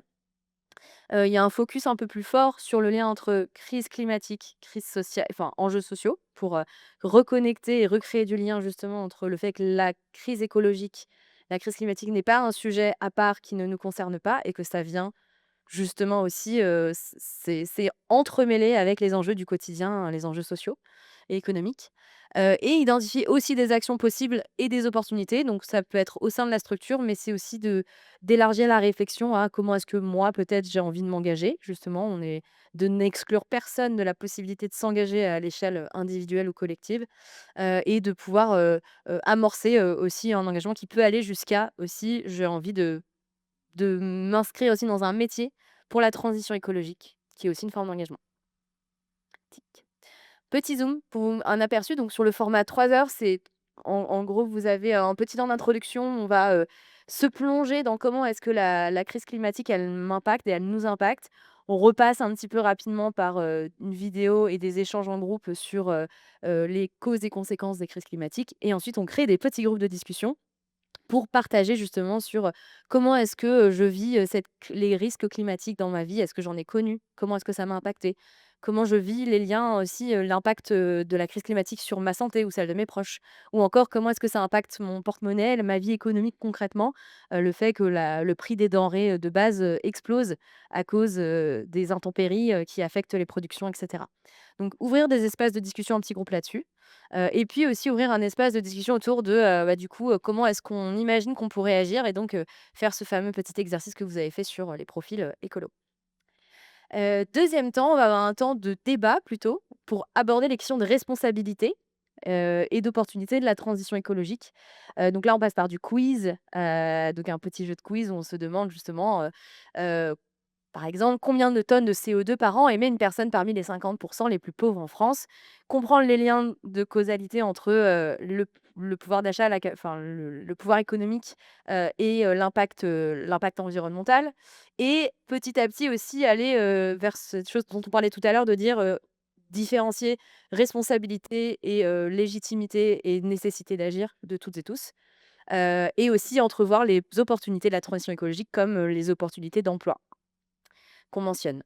Et on passe aussi par l'exercice de débat mouvant pour, discuter, se dire comment est-ce qu'on perçoit qui doit agir dans la transition écologique et comment. Et puis enfin, on termine sur un temps de projection et donc là, on va avoir différents modes d'action, qui vont être, visibles, différents modes d'action et on présente aussi des métiers, verts, des emplois de la transition écologique et l'idée, c'est de se dire: «Bah, c'est quoi moi ce que je fais déjà?» valoriser ce qui existe déjà dans leur quotidien. Qu'est-ce que j'aurais envie de faire plus? Qu'est-ce qui me manquerait? Et pouvoir avoir des échanges aussi constructifs entre eux là-dessus. Voilà un très vite aperçu. Vous avez quelques outils pédagogiques qui sont, dans l'entrée que vous pourrez aller voir aussi après, avec un petit four à la main. Et rapidement, sur le format 1h45, on a une introduction, tic. On a une introduction qui est assez, similaire, même si plus courte. On passe pas forcément sur les profils, d'écolos et ensuite on va vraiment avoir un temps sur comment j'agis sur mon lieu de travail en choisissant 4 volets principaux qui vont leur permettre de se projeter sur des choses très concrètes. Comment ça se passe au niveau du bâtiment dans lequel ils sont, au niveau de l'alimentation sur site, de la mobilité pour faire venir les équipes, pour déplacer les produits et cetera et en termes d'équipement, quel est déjà l'état des lieux des choses, et qu'est-ce qu'on pourrait faire? Qu'est-ce qu'on aurait comme idée d'action? Je vous donne un exemple sur la mobilité, une des premières actions qui était ressortie, c'est de dire: «Bah, nous, on est sur un site assez isolé, mais en fait, moi, ça me dirait bien de pas prendre ma voiture pour venir ou pas de prendre les transports, mais peut-être que l'entreprise pourrait mettre en place des navettes qui permettraient de faire du ramassage scolaire un peu pour les salariés, qui nous permettraient en plus de nous croiser et de créer un peu le lien social aussi quand on vient sur site». Voilà. Ce genre de choses qui sont ensuite mises dans des boîtes à idées et qu'on remonte, grâce à l'aide des facilitateurs et facilitatrices, et un jour peut-être avec le collectif qu'on est en train de créer, bah, aussi, concrétiser ces idées, au sein des structures. Tic. Pour vous donner un petit peu les résultats de tout ça, donc de ces formats, donc on a une note de satisfaction plutôt, voilà, autour de 8,5 sur 10, pour, une note aussi autour de 7,7 sur 10 sur «C'est un format pertinent pour les structures d'insertion». Et on en a 80 qui ont déclaré ne pas avoir vu le temps passer. Donc voilà, aussi en termes de rythme, de dynamique, c'était vraiment l'intention de base de se dire: «On veut faire vivre une expérience qui soit joyeuse, dynamique, et qui donne envie justement d'aller un petit peu plus loin». Donc on estime que c'est un pari réussi. Et tic, donc ça, c'était plutôt sur le format et pour vous dire un petit peu plus sur les impacts, avec quoi ils ressortent de ces ateliers, on en a 90 qui déclarent avoir mieux compris les impacts et les enjeux des crises écologiques qui étaient une de nos intentions. Et en fait, bon, c'est en gros, on reste autour de 90 aussi, qui ont mieux compris leur place et leur responsabilité justement dans ces crises écologiques, et en même temps, qui ont le sentiment de mieux comprendre comment est-ce qu'ils peuvent agir et comment est-ce qu'ils ont envie d'agir aussi sur ces sujets. Voilà, bonne sensibilisation et prise de conscience sans culpabiliser. On en revient aussi à ce sujet de le faire avec une approche qui soit pas, descendante et pas culpabilisante. Tic. Tout ça, je vous le disais, on l'a fait aussi grâce à la mobilisation en interne d'une, 1 communauté d'ambassadeurs, qui, se sont formés avec nous et qui déjà se sont mobilisés, sont venus passer une journée avec nous pour se former, à ces 2 méthodologies, avec toute une introduction aussi sur, les enjeux de la crise climatique et de la transition juste, évidemment. Et du coup, on a eu, l'occasion donc les objectifs, pardon, de cette formation, c'est de renforcer ses connaissances et sa légitimité pour aborder ces enjeux. Pas besoin d'être expert ou experte de l'écologie pour les animer, je reprécise. De développer des compétences en facilitation, en animation, pour un petit peu faire face au type de cas de figure qu'on peut rencontrer dans ces ateliers et évidemment prendre en main les 2 formats, repartir avec sa mallette pédagogique. Voilà. Donc c'est des personnes qui se sont, mobilisées, on en a 65 qui sont passés à l'action dans le mois d'après, grâce aussi au travail de préparation de Jules qui avait, programmé avec de nombreux sites et de nombreuses, structures et bah, des dates d'ateliers tout simplement et Diane qui enfin aussi côté Vitamine T, pour permettre de tester justement ces animations. Derrière aussi cette communauté, bah, on en reparlera, mais l'idée c'est aussi que ce soit un espace dans lequel on peut apprendre évidemment, donc ça c'est un point de départ, les formats de sensibilisation, mais de pouvoir aussi participer à la co-construction d'outils demain, par exemple sur l'accompagnement, socio-professionnel des personnes sur les métiers de la transition écologique, qui est notre prochain chapitre, je l'annonce. Spoiler. Voilà un petit peu pour la restitution de tout ce qu'on a expérimenté et produit cette année pour en parler après ce sera la fin, de cette session. Comment? Oui, après il y aura des questions évidemment, évidemment. Mais du coup, on voulait, pour rendre tout ça un petit peu plus vivant, inviter, sur scène des personnes qui ont, vécu l'expérience de ces ateliers. Donc on a, aujourd'hui Louis et Amady qui sont là et qui ont participé aux ateliers, et donc je peux inviter, sur scène, si ça vous va, pour revenir en parler et on a aussi, si vous voulez venir tous en même temps, on a Andrea qui a, facilité, un atelier et on a Jules, du coup, qui a été à la coordination de tout ça.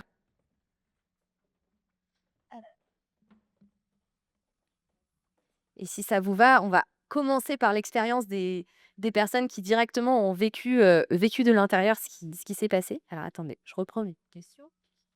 Merci. Bon, déjà merci d'être là tous les 2 et tous les 4. Pour témoigner un petit peu de l'expérience que vous avez vécue. Peut-être juste pour, Louis et Amady. Déjà, est-ce que peut-être Louis, tu peux te présenter rapidement et dire c'est quoi ton lien avec Arès? Bien sûr, en fait, je suis dans mon propre, parcours personnel, en fait, de réinsertion à l'emploi depuis quelques mois et donc c'est dans ce cadre-là que je suis accompagné, en fait, par, l'agence locale d'insertion à Aubervilliers. Donc c'est comme ça qu'en fait, j'ai été en contact avec le groupe ARES et donc c'est, en fait, tout simplement mon accompagnateur, en fait, mon référent, qui m'a proposé de venir à cet atelier et donc j'y suis allé, en fait, sans attendre, grand-chose et voilà. Merci beaucoup. Et Amady, tu veux te présenter ton lien avec Arès? Je m'appelle Amadou Zamadi. Je suis avec, j'ai été travailler chez Ares, chez L'Oréal. Aujourd'hui, ma classe de revenir sur cet atelier. Merci beaucoup et tu as participé à un atelier. De rien. Merci. Peut-être Louis, est-ce que tu peux nous raconter avant de venir à l'atelier, toi, l'écologie, ça t'évoquait quoi? Avec quelle vision des choses tu es arrivé à l'atelier? Heu Alors moi, il faut savoir qu'en fait, j'ai travaillé dans le secteur de l'audiovisuel. Donc, la question de l'écologie, voilà, je suis de cette génération qui a grandi, avec Greta Thunberg et d'autres activistes, en fait. Donc j'ai eu la chance, en fait, d'être, sensibilisé tout simplement par mon éducation. Mais, de par, en fait, mon activité dans l'audiovisuel, je me suis un petit peu résigné à beaucoup de choses, dans le sens de, on travaille avec, bien sûr, tout un tas d'outils et je travaillais avec tout un tas d'outils au quotidien qui consommaient énormément de ressources, et c'était difficile de faire sans. Donc longue façon de vous dire que j'avais mis la question écologique un petit peu de côté, et là, il se trouve que je suis en train de suivre une formation pour devenir CIP.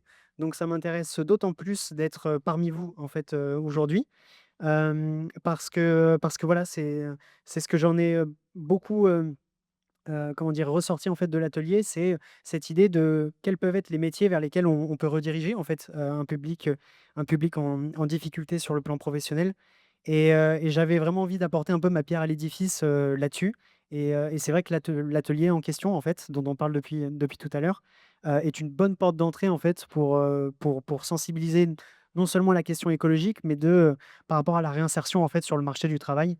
Hem, donc voilà ce que je peux dire là-dessus. Mmh. Donc vraiment sur aussi l'axe, emploi, opportunité, ça c'est ça Ouais, qui t'a marqué? complètement. Trop bien. Peut-être pour poser la question à Madi, qu'est-ce qui t'a marqué dans l'atelier? Est-ce qu'il y a quelque chose qui t'a marqué en particulier, qui t'a plu? Oui, j'ai marqué beaucoup de choses sur l'écologie, sur le madame qui parle sur la éternité, sur l'eau, sur ce qui est de c'est la res. J'ai abordé beaucoup de choses. C'était un bon moment. Oui, c'était un bon moment pour moi. Trop bien, merci.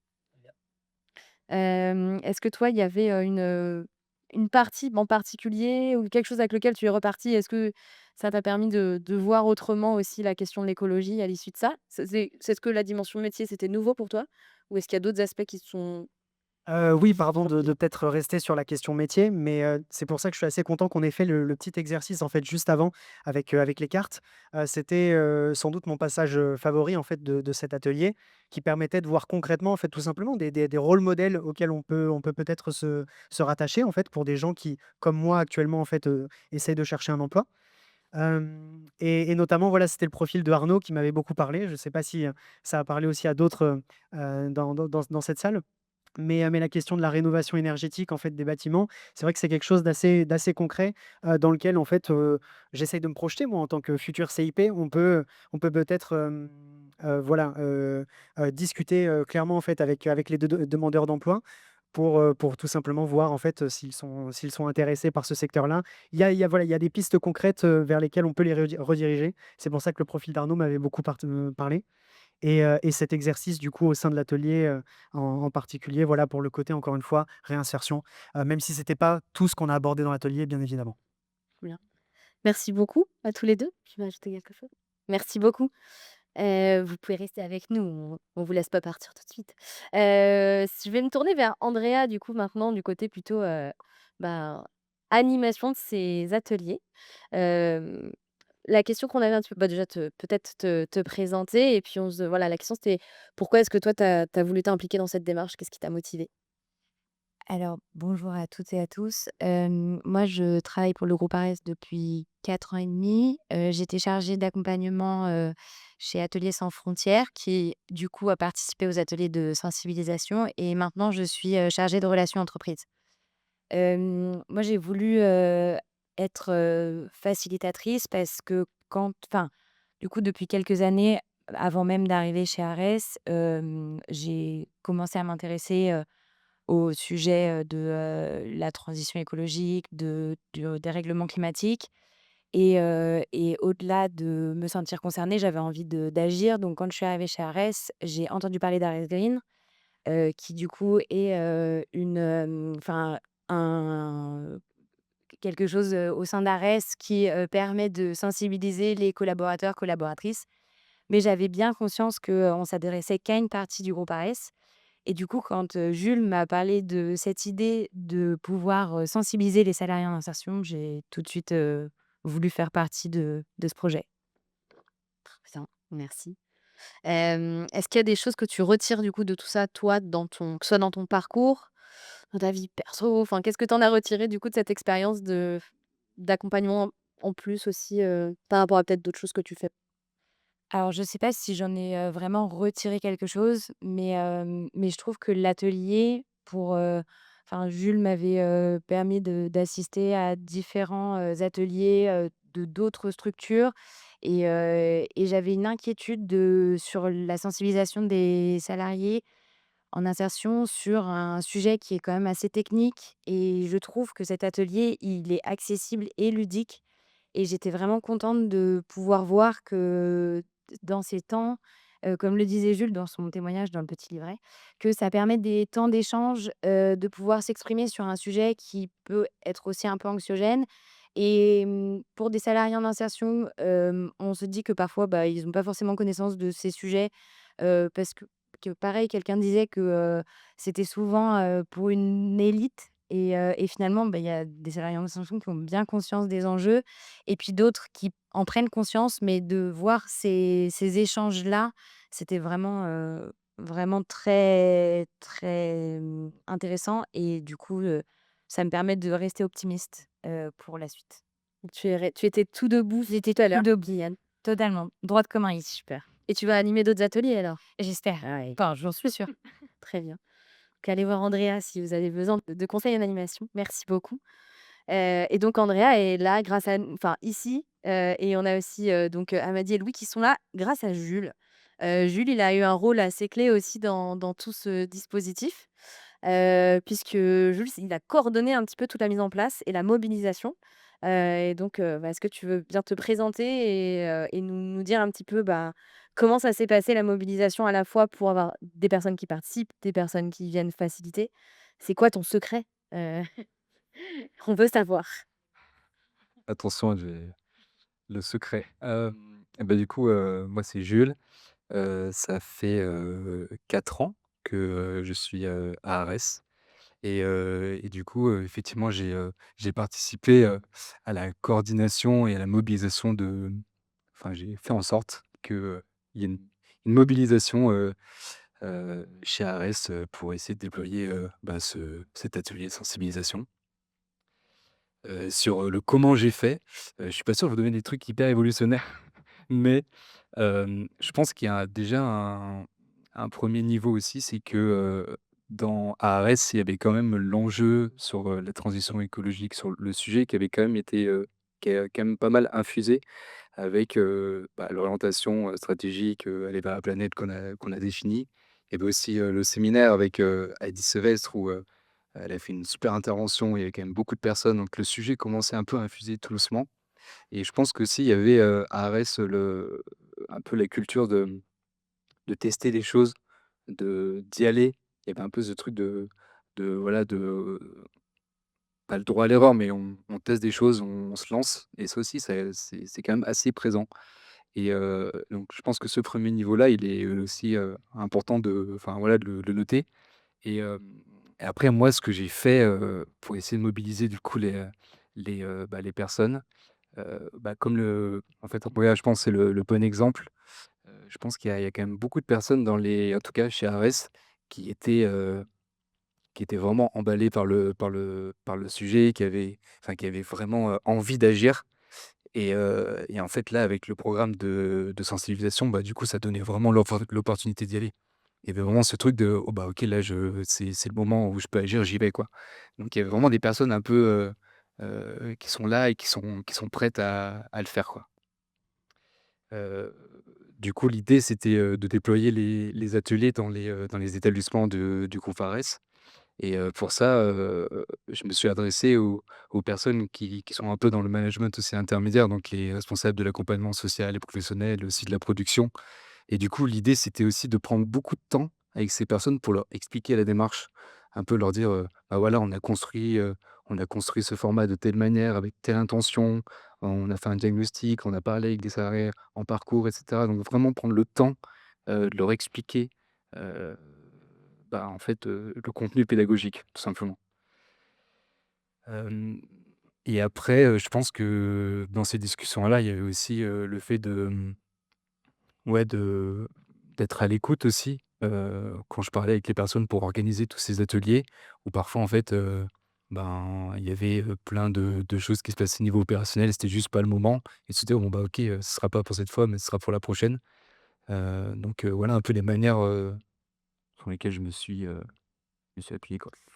Donc, repérer les personnes qui ont une envie d'agir et qui cherchent une occasion, parler aux gens, prendre le temps de discuter et être aussi, dans l'empathie, la compréhension quand, si c'est pas le bon moment et voilà, pas pousser, quoi. Trop bien. Merci pour les clés du succès, Jules. Super. Mais en tout cas, voilà, des rôles, essentiels, en tout cas, dans le déploiement de ces formats, que ce soit celui-là ou d'autres au sein de structures et qui sont, très complémentaires donc, voilà, on a de la suite. Merci pour vos témoignages. Merci beaucoup. Merci.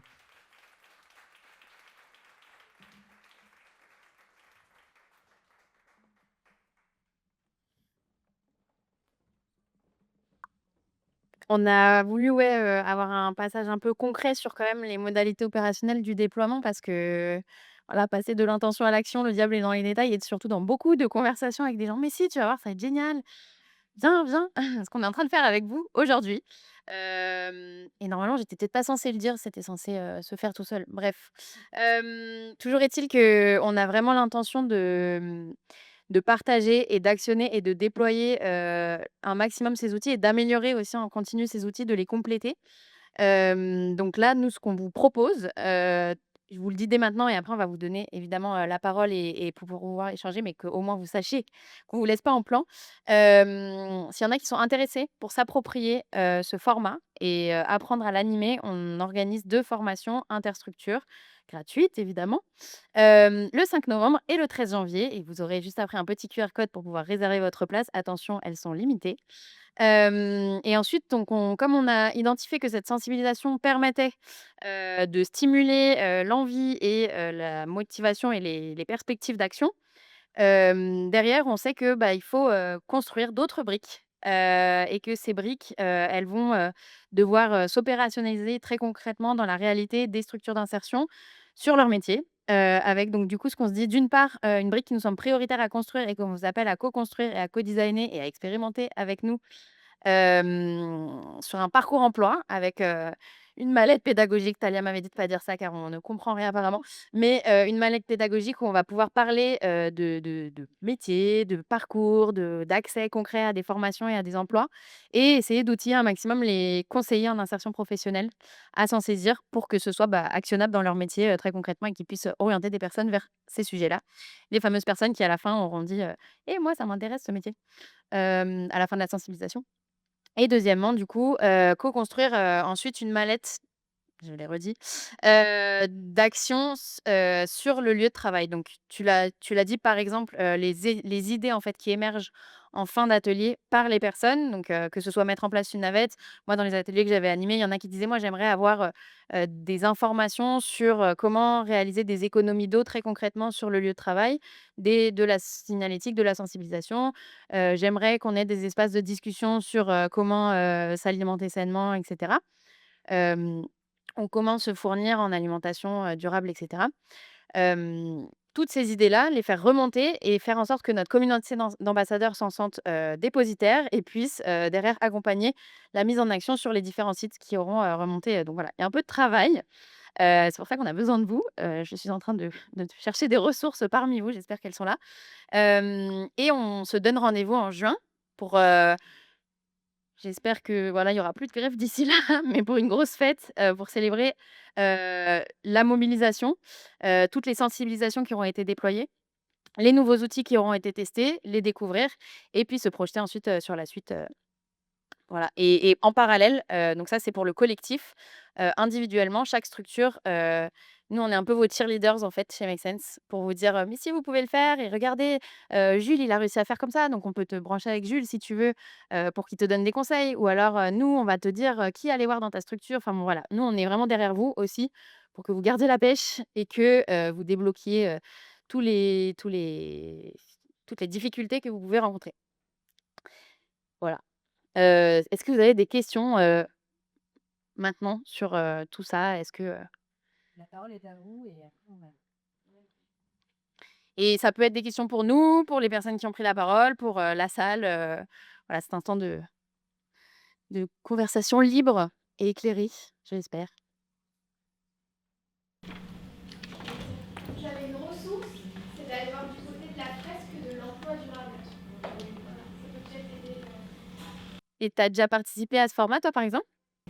Et en fait, ça permet d'avoir une conscientisation des enjeux sur 1 heure. Et donc c'est un peu court et un peu intense.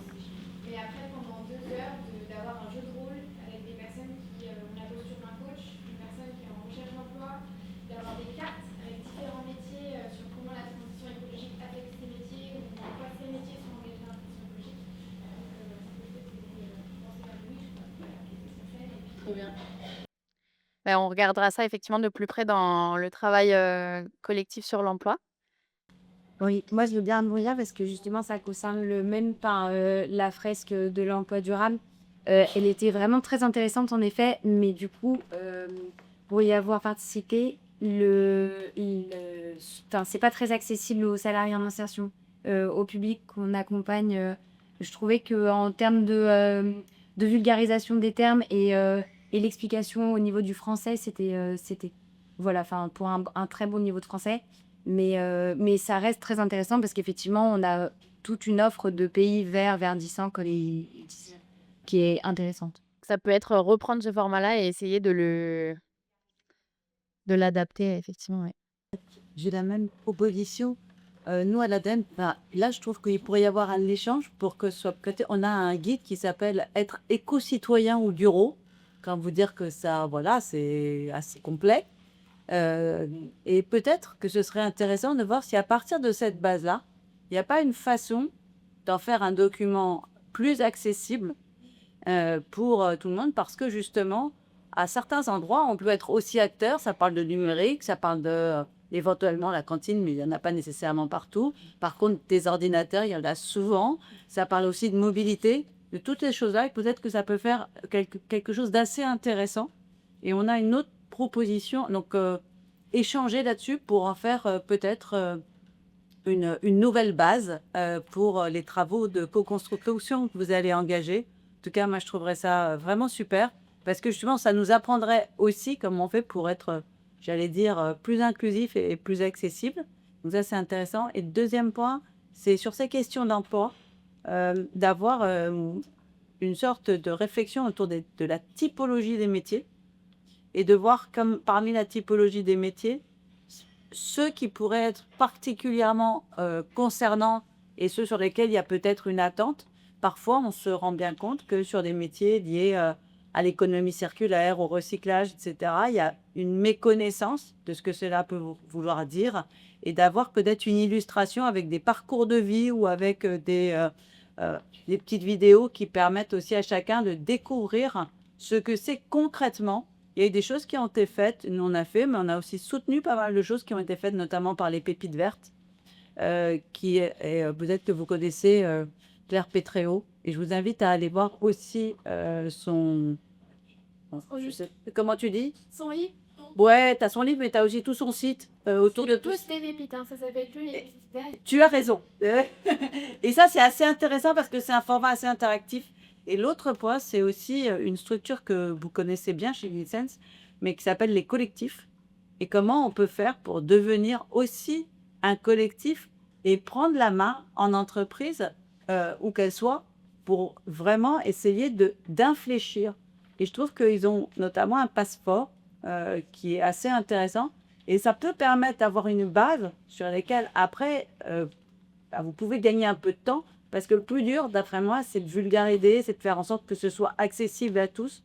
En tout cas, si jamais on peut échanger sur certains outils qu'on pourrait nous aussi connaître comme ça, et que par hasard, vous ne connaîtriez pas, parce que vous connaissez déjà beaucoup plus de choses que nous sur ces sujets.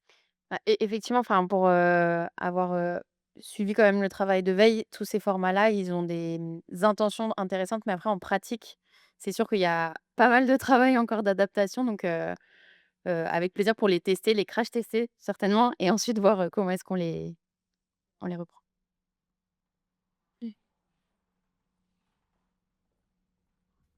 Merci beaucoup, merci pour la restitution, vraiment très, très intéressante. J'ai une double question comme, il y avait pas d'autres questions. Par rapport au profil des participantes et participants aux ateliers, peut-être dans l'intérêt manifesté au cours des ateliers, est-ce qu'il y avait une dimension genrée ou pas? Voilà, avec, plus de femmes que d'hommes ou l'inverse, et par rapport à ce que disait, Guillaume, tout à l'heure sur, des personnes d'une certaine génération qui se sont un peu poussées, soit par leurs enfants, soit par leurs jeunes salariés et tout. Est-ce qu'il y avait une dimension, générationnelle ou pas, quoi? Enfin, je sais pas si on peut faire des stats là-dessus, mais parce que je regardais le livret, il y avait les profils des salariés et tout, mais il y avait pas forcément enfin, voilà. On a posé les questions et on n'a pas tiré les courbes. On n'est pas allé jusque-là, mais en effet, je pense qu'on peut tout à fait avoir les réponses. On avait quand même une majorité d'hommes dans les participants, donc ça, c'est enfin, dans les statistiques. Et après, en tout cas, la dimension, la sensibilisation qui est liée au fait, par exemple, aussi d'être dans un statut plutôt, par exemple, de parents, de choses comme ça, des choses qu'on a beaucoup plus vues, qu'on a aussi beaucoup croisées dans nos échanges, en tout cas, qu'on a beaucoup constaté dans la phase d'enquête, à minima. Mais en tout cas, intéressant, je pense, en effet, de creuser le fil. On pourra vous partager ça. Juste un point en complément, mais Irène le sait, nous, alors je parle sous le contrôle du département de Seine-Saint-Denis qui, je crois, est là. On a développé avec le campus de la transition des ressources, mais pour le coup très ancrées, très situées, mais qui en termes de méthodologie peuvent quand même constituer des communs à verser voilà, à votre boîte à outils, à vos mallettes innombrables qu'on attend. Notamment sur le marché du travail, sur, inégalités, sur, dérèglement climatique, en quoi ça me concerne, dégradation des mondes vivants, comment, ça m'affecte et dans un langage évidemment, extrêmement simplifié avec beaucoup de codes, voilà, visuels puisqu'on s'adresse à des allocataires du RSA en Seine-Saint-Denis dont beaucoup parlent, maîtrisent très peu la langue. Donc c'est des ressources situées avec toujours, des ressources professionnelles, des ressources du territoire, connaissances de proximité mais en termes de méthodo, ça peut être intéressant qu'on voilà, qu'on mette en commun pour, comme vous le dites, pas réinventer la roue chacun et se rendre plus puissant. Avec grand plaisir.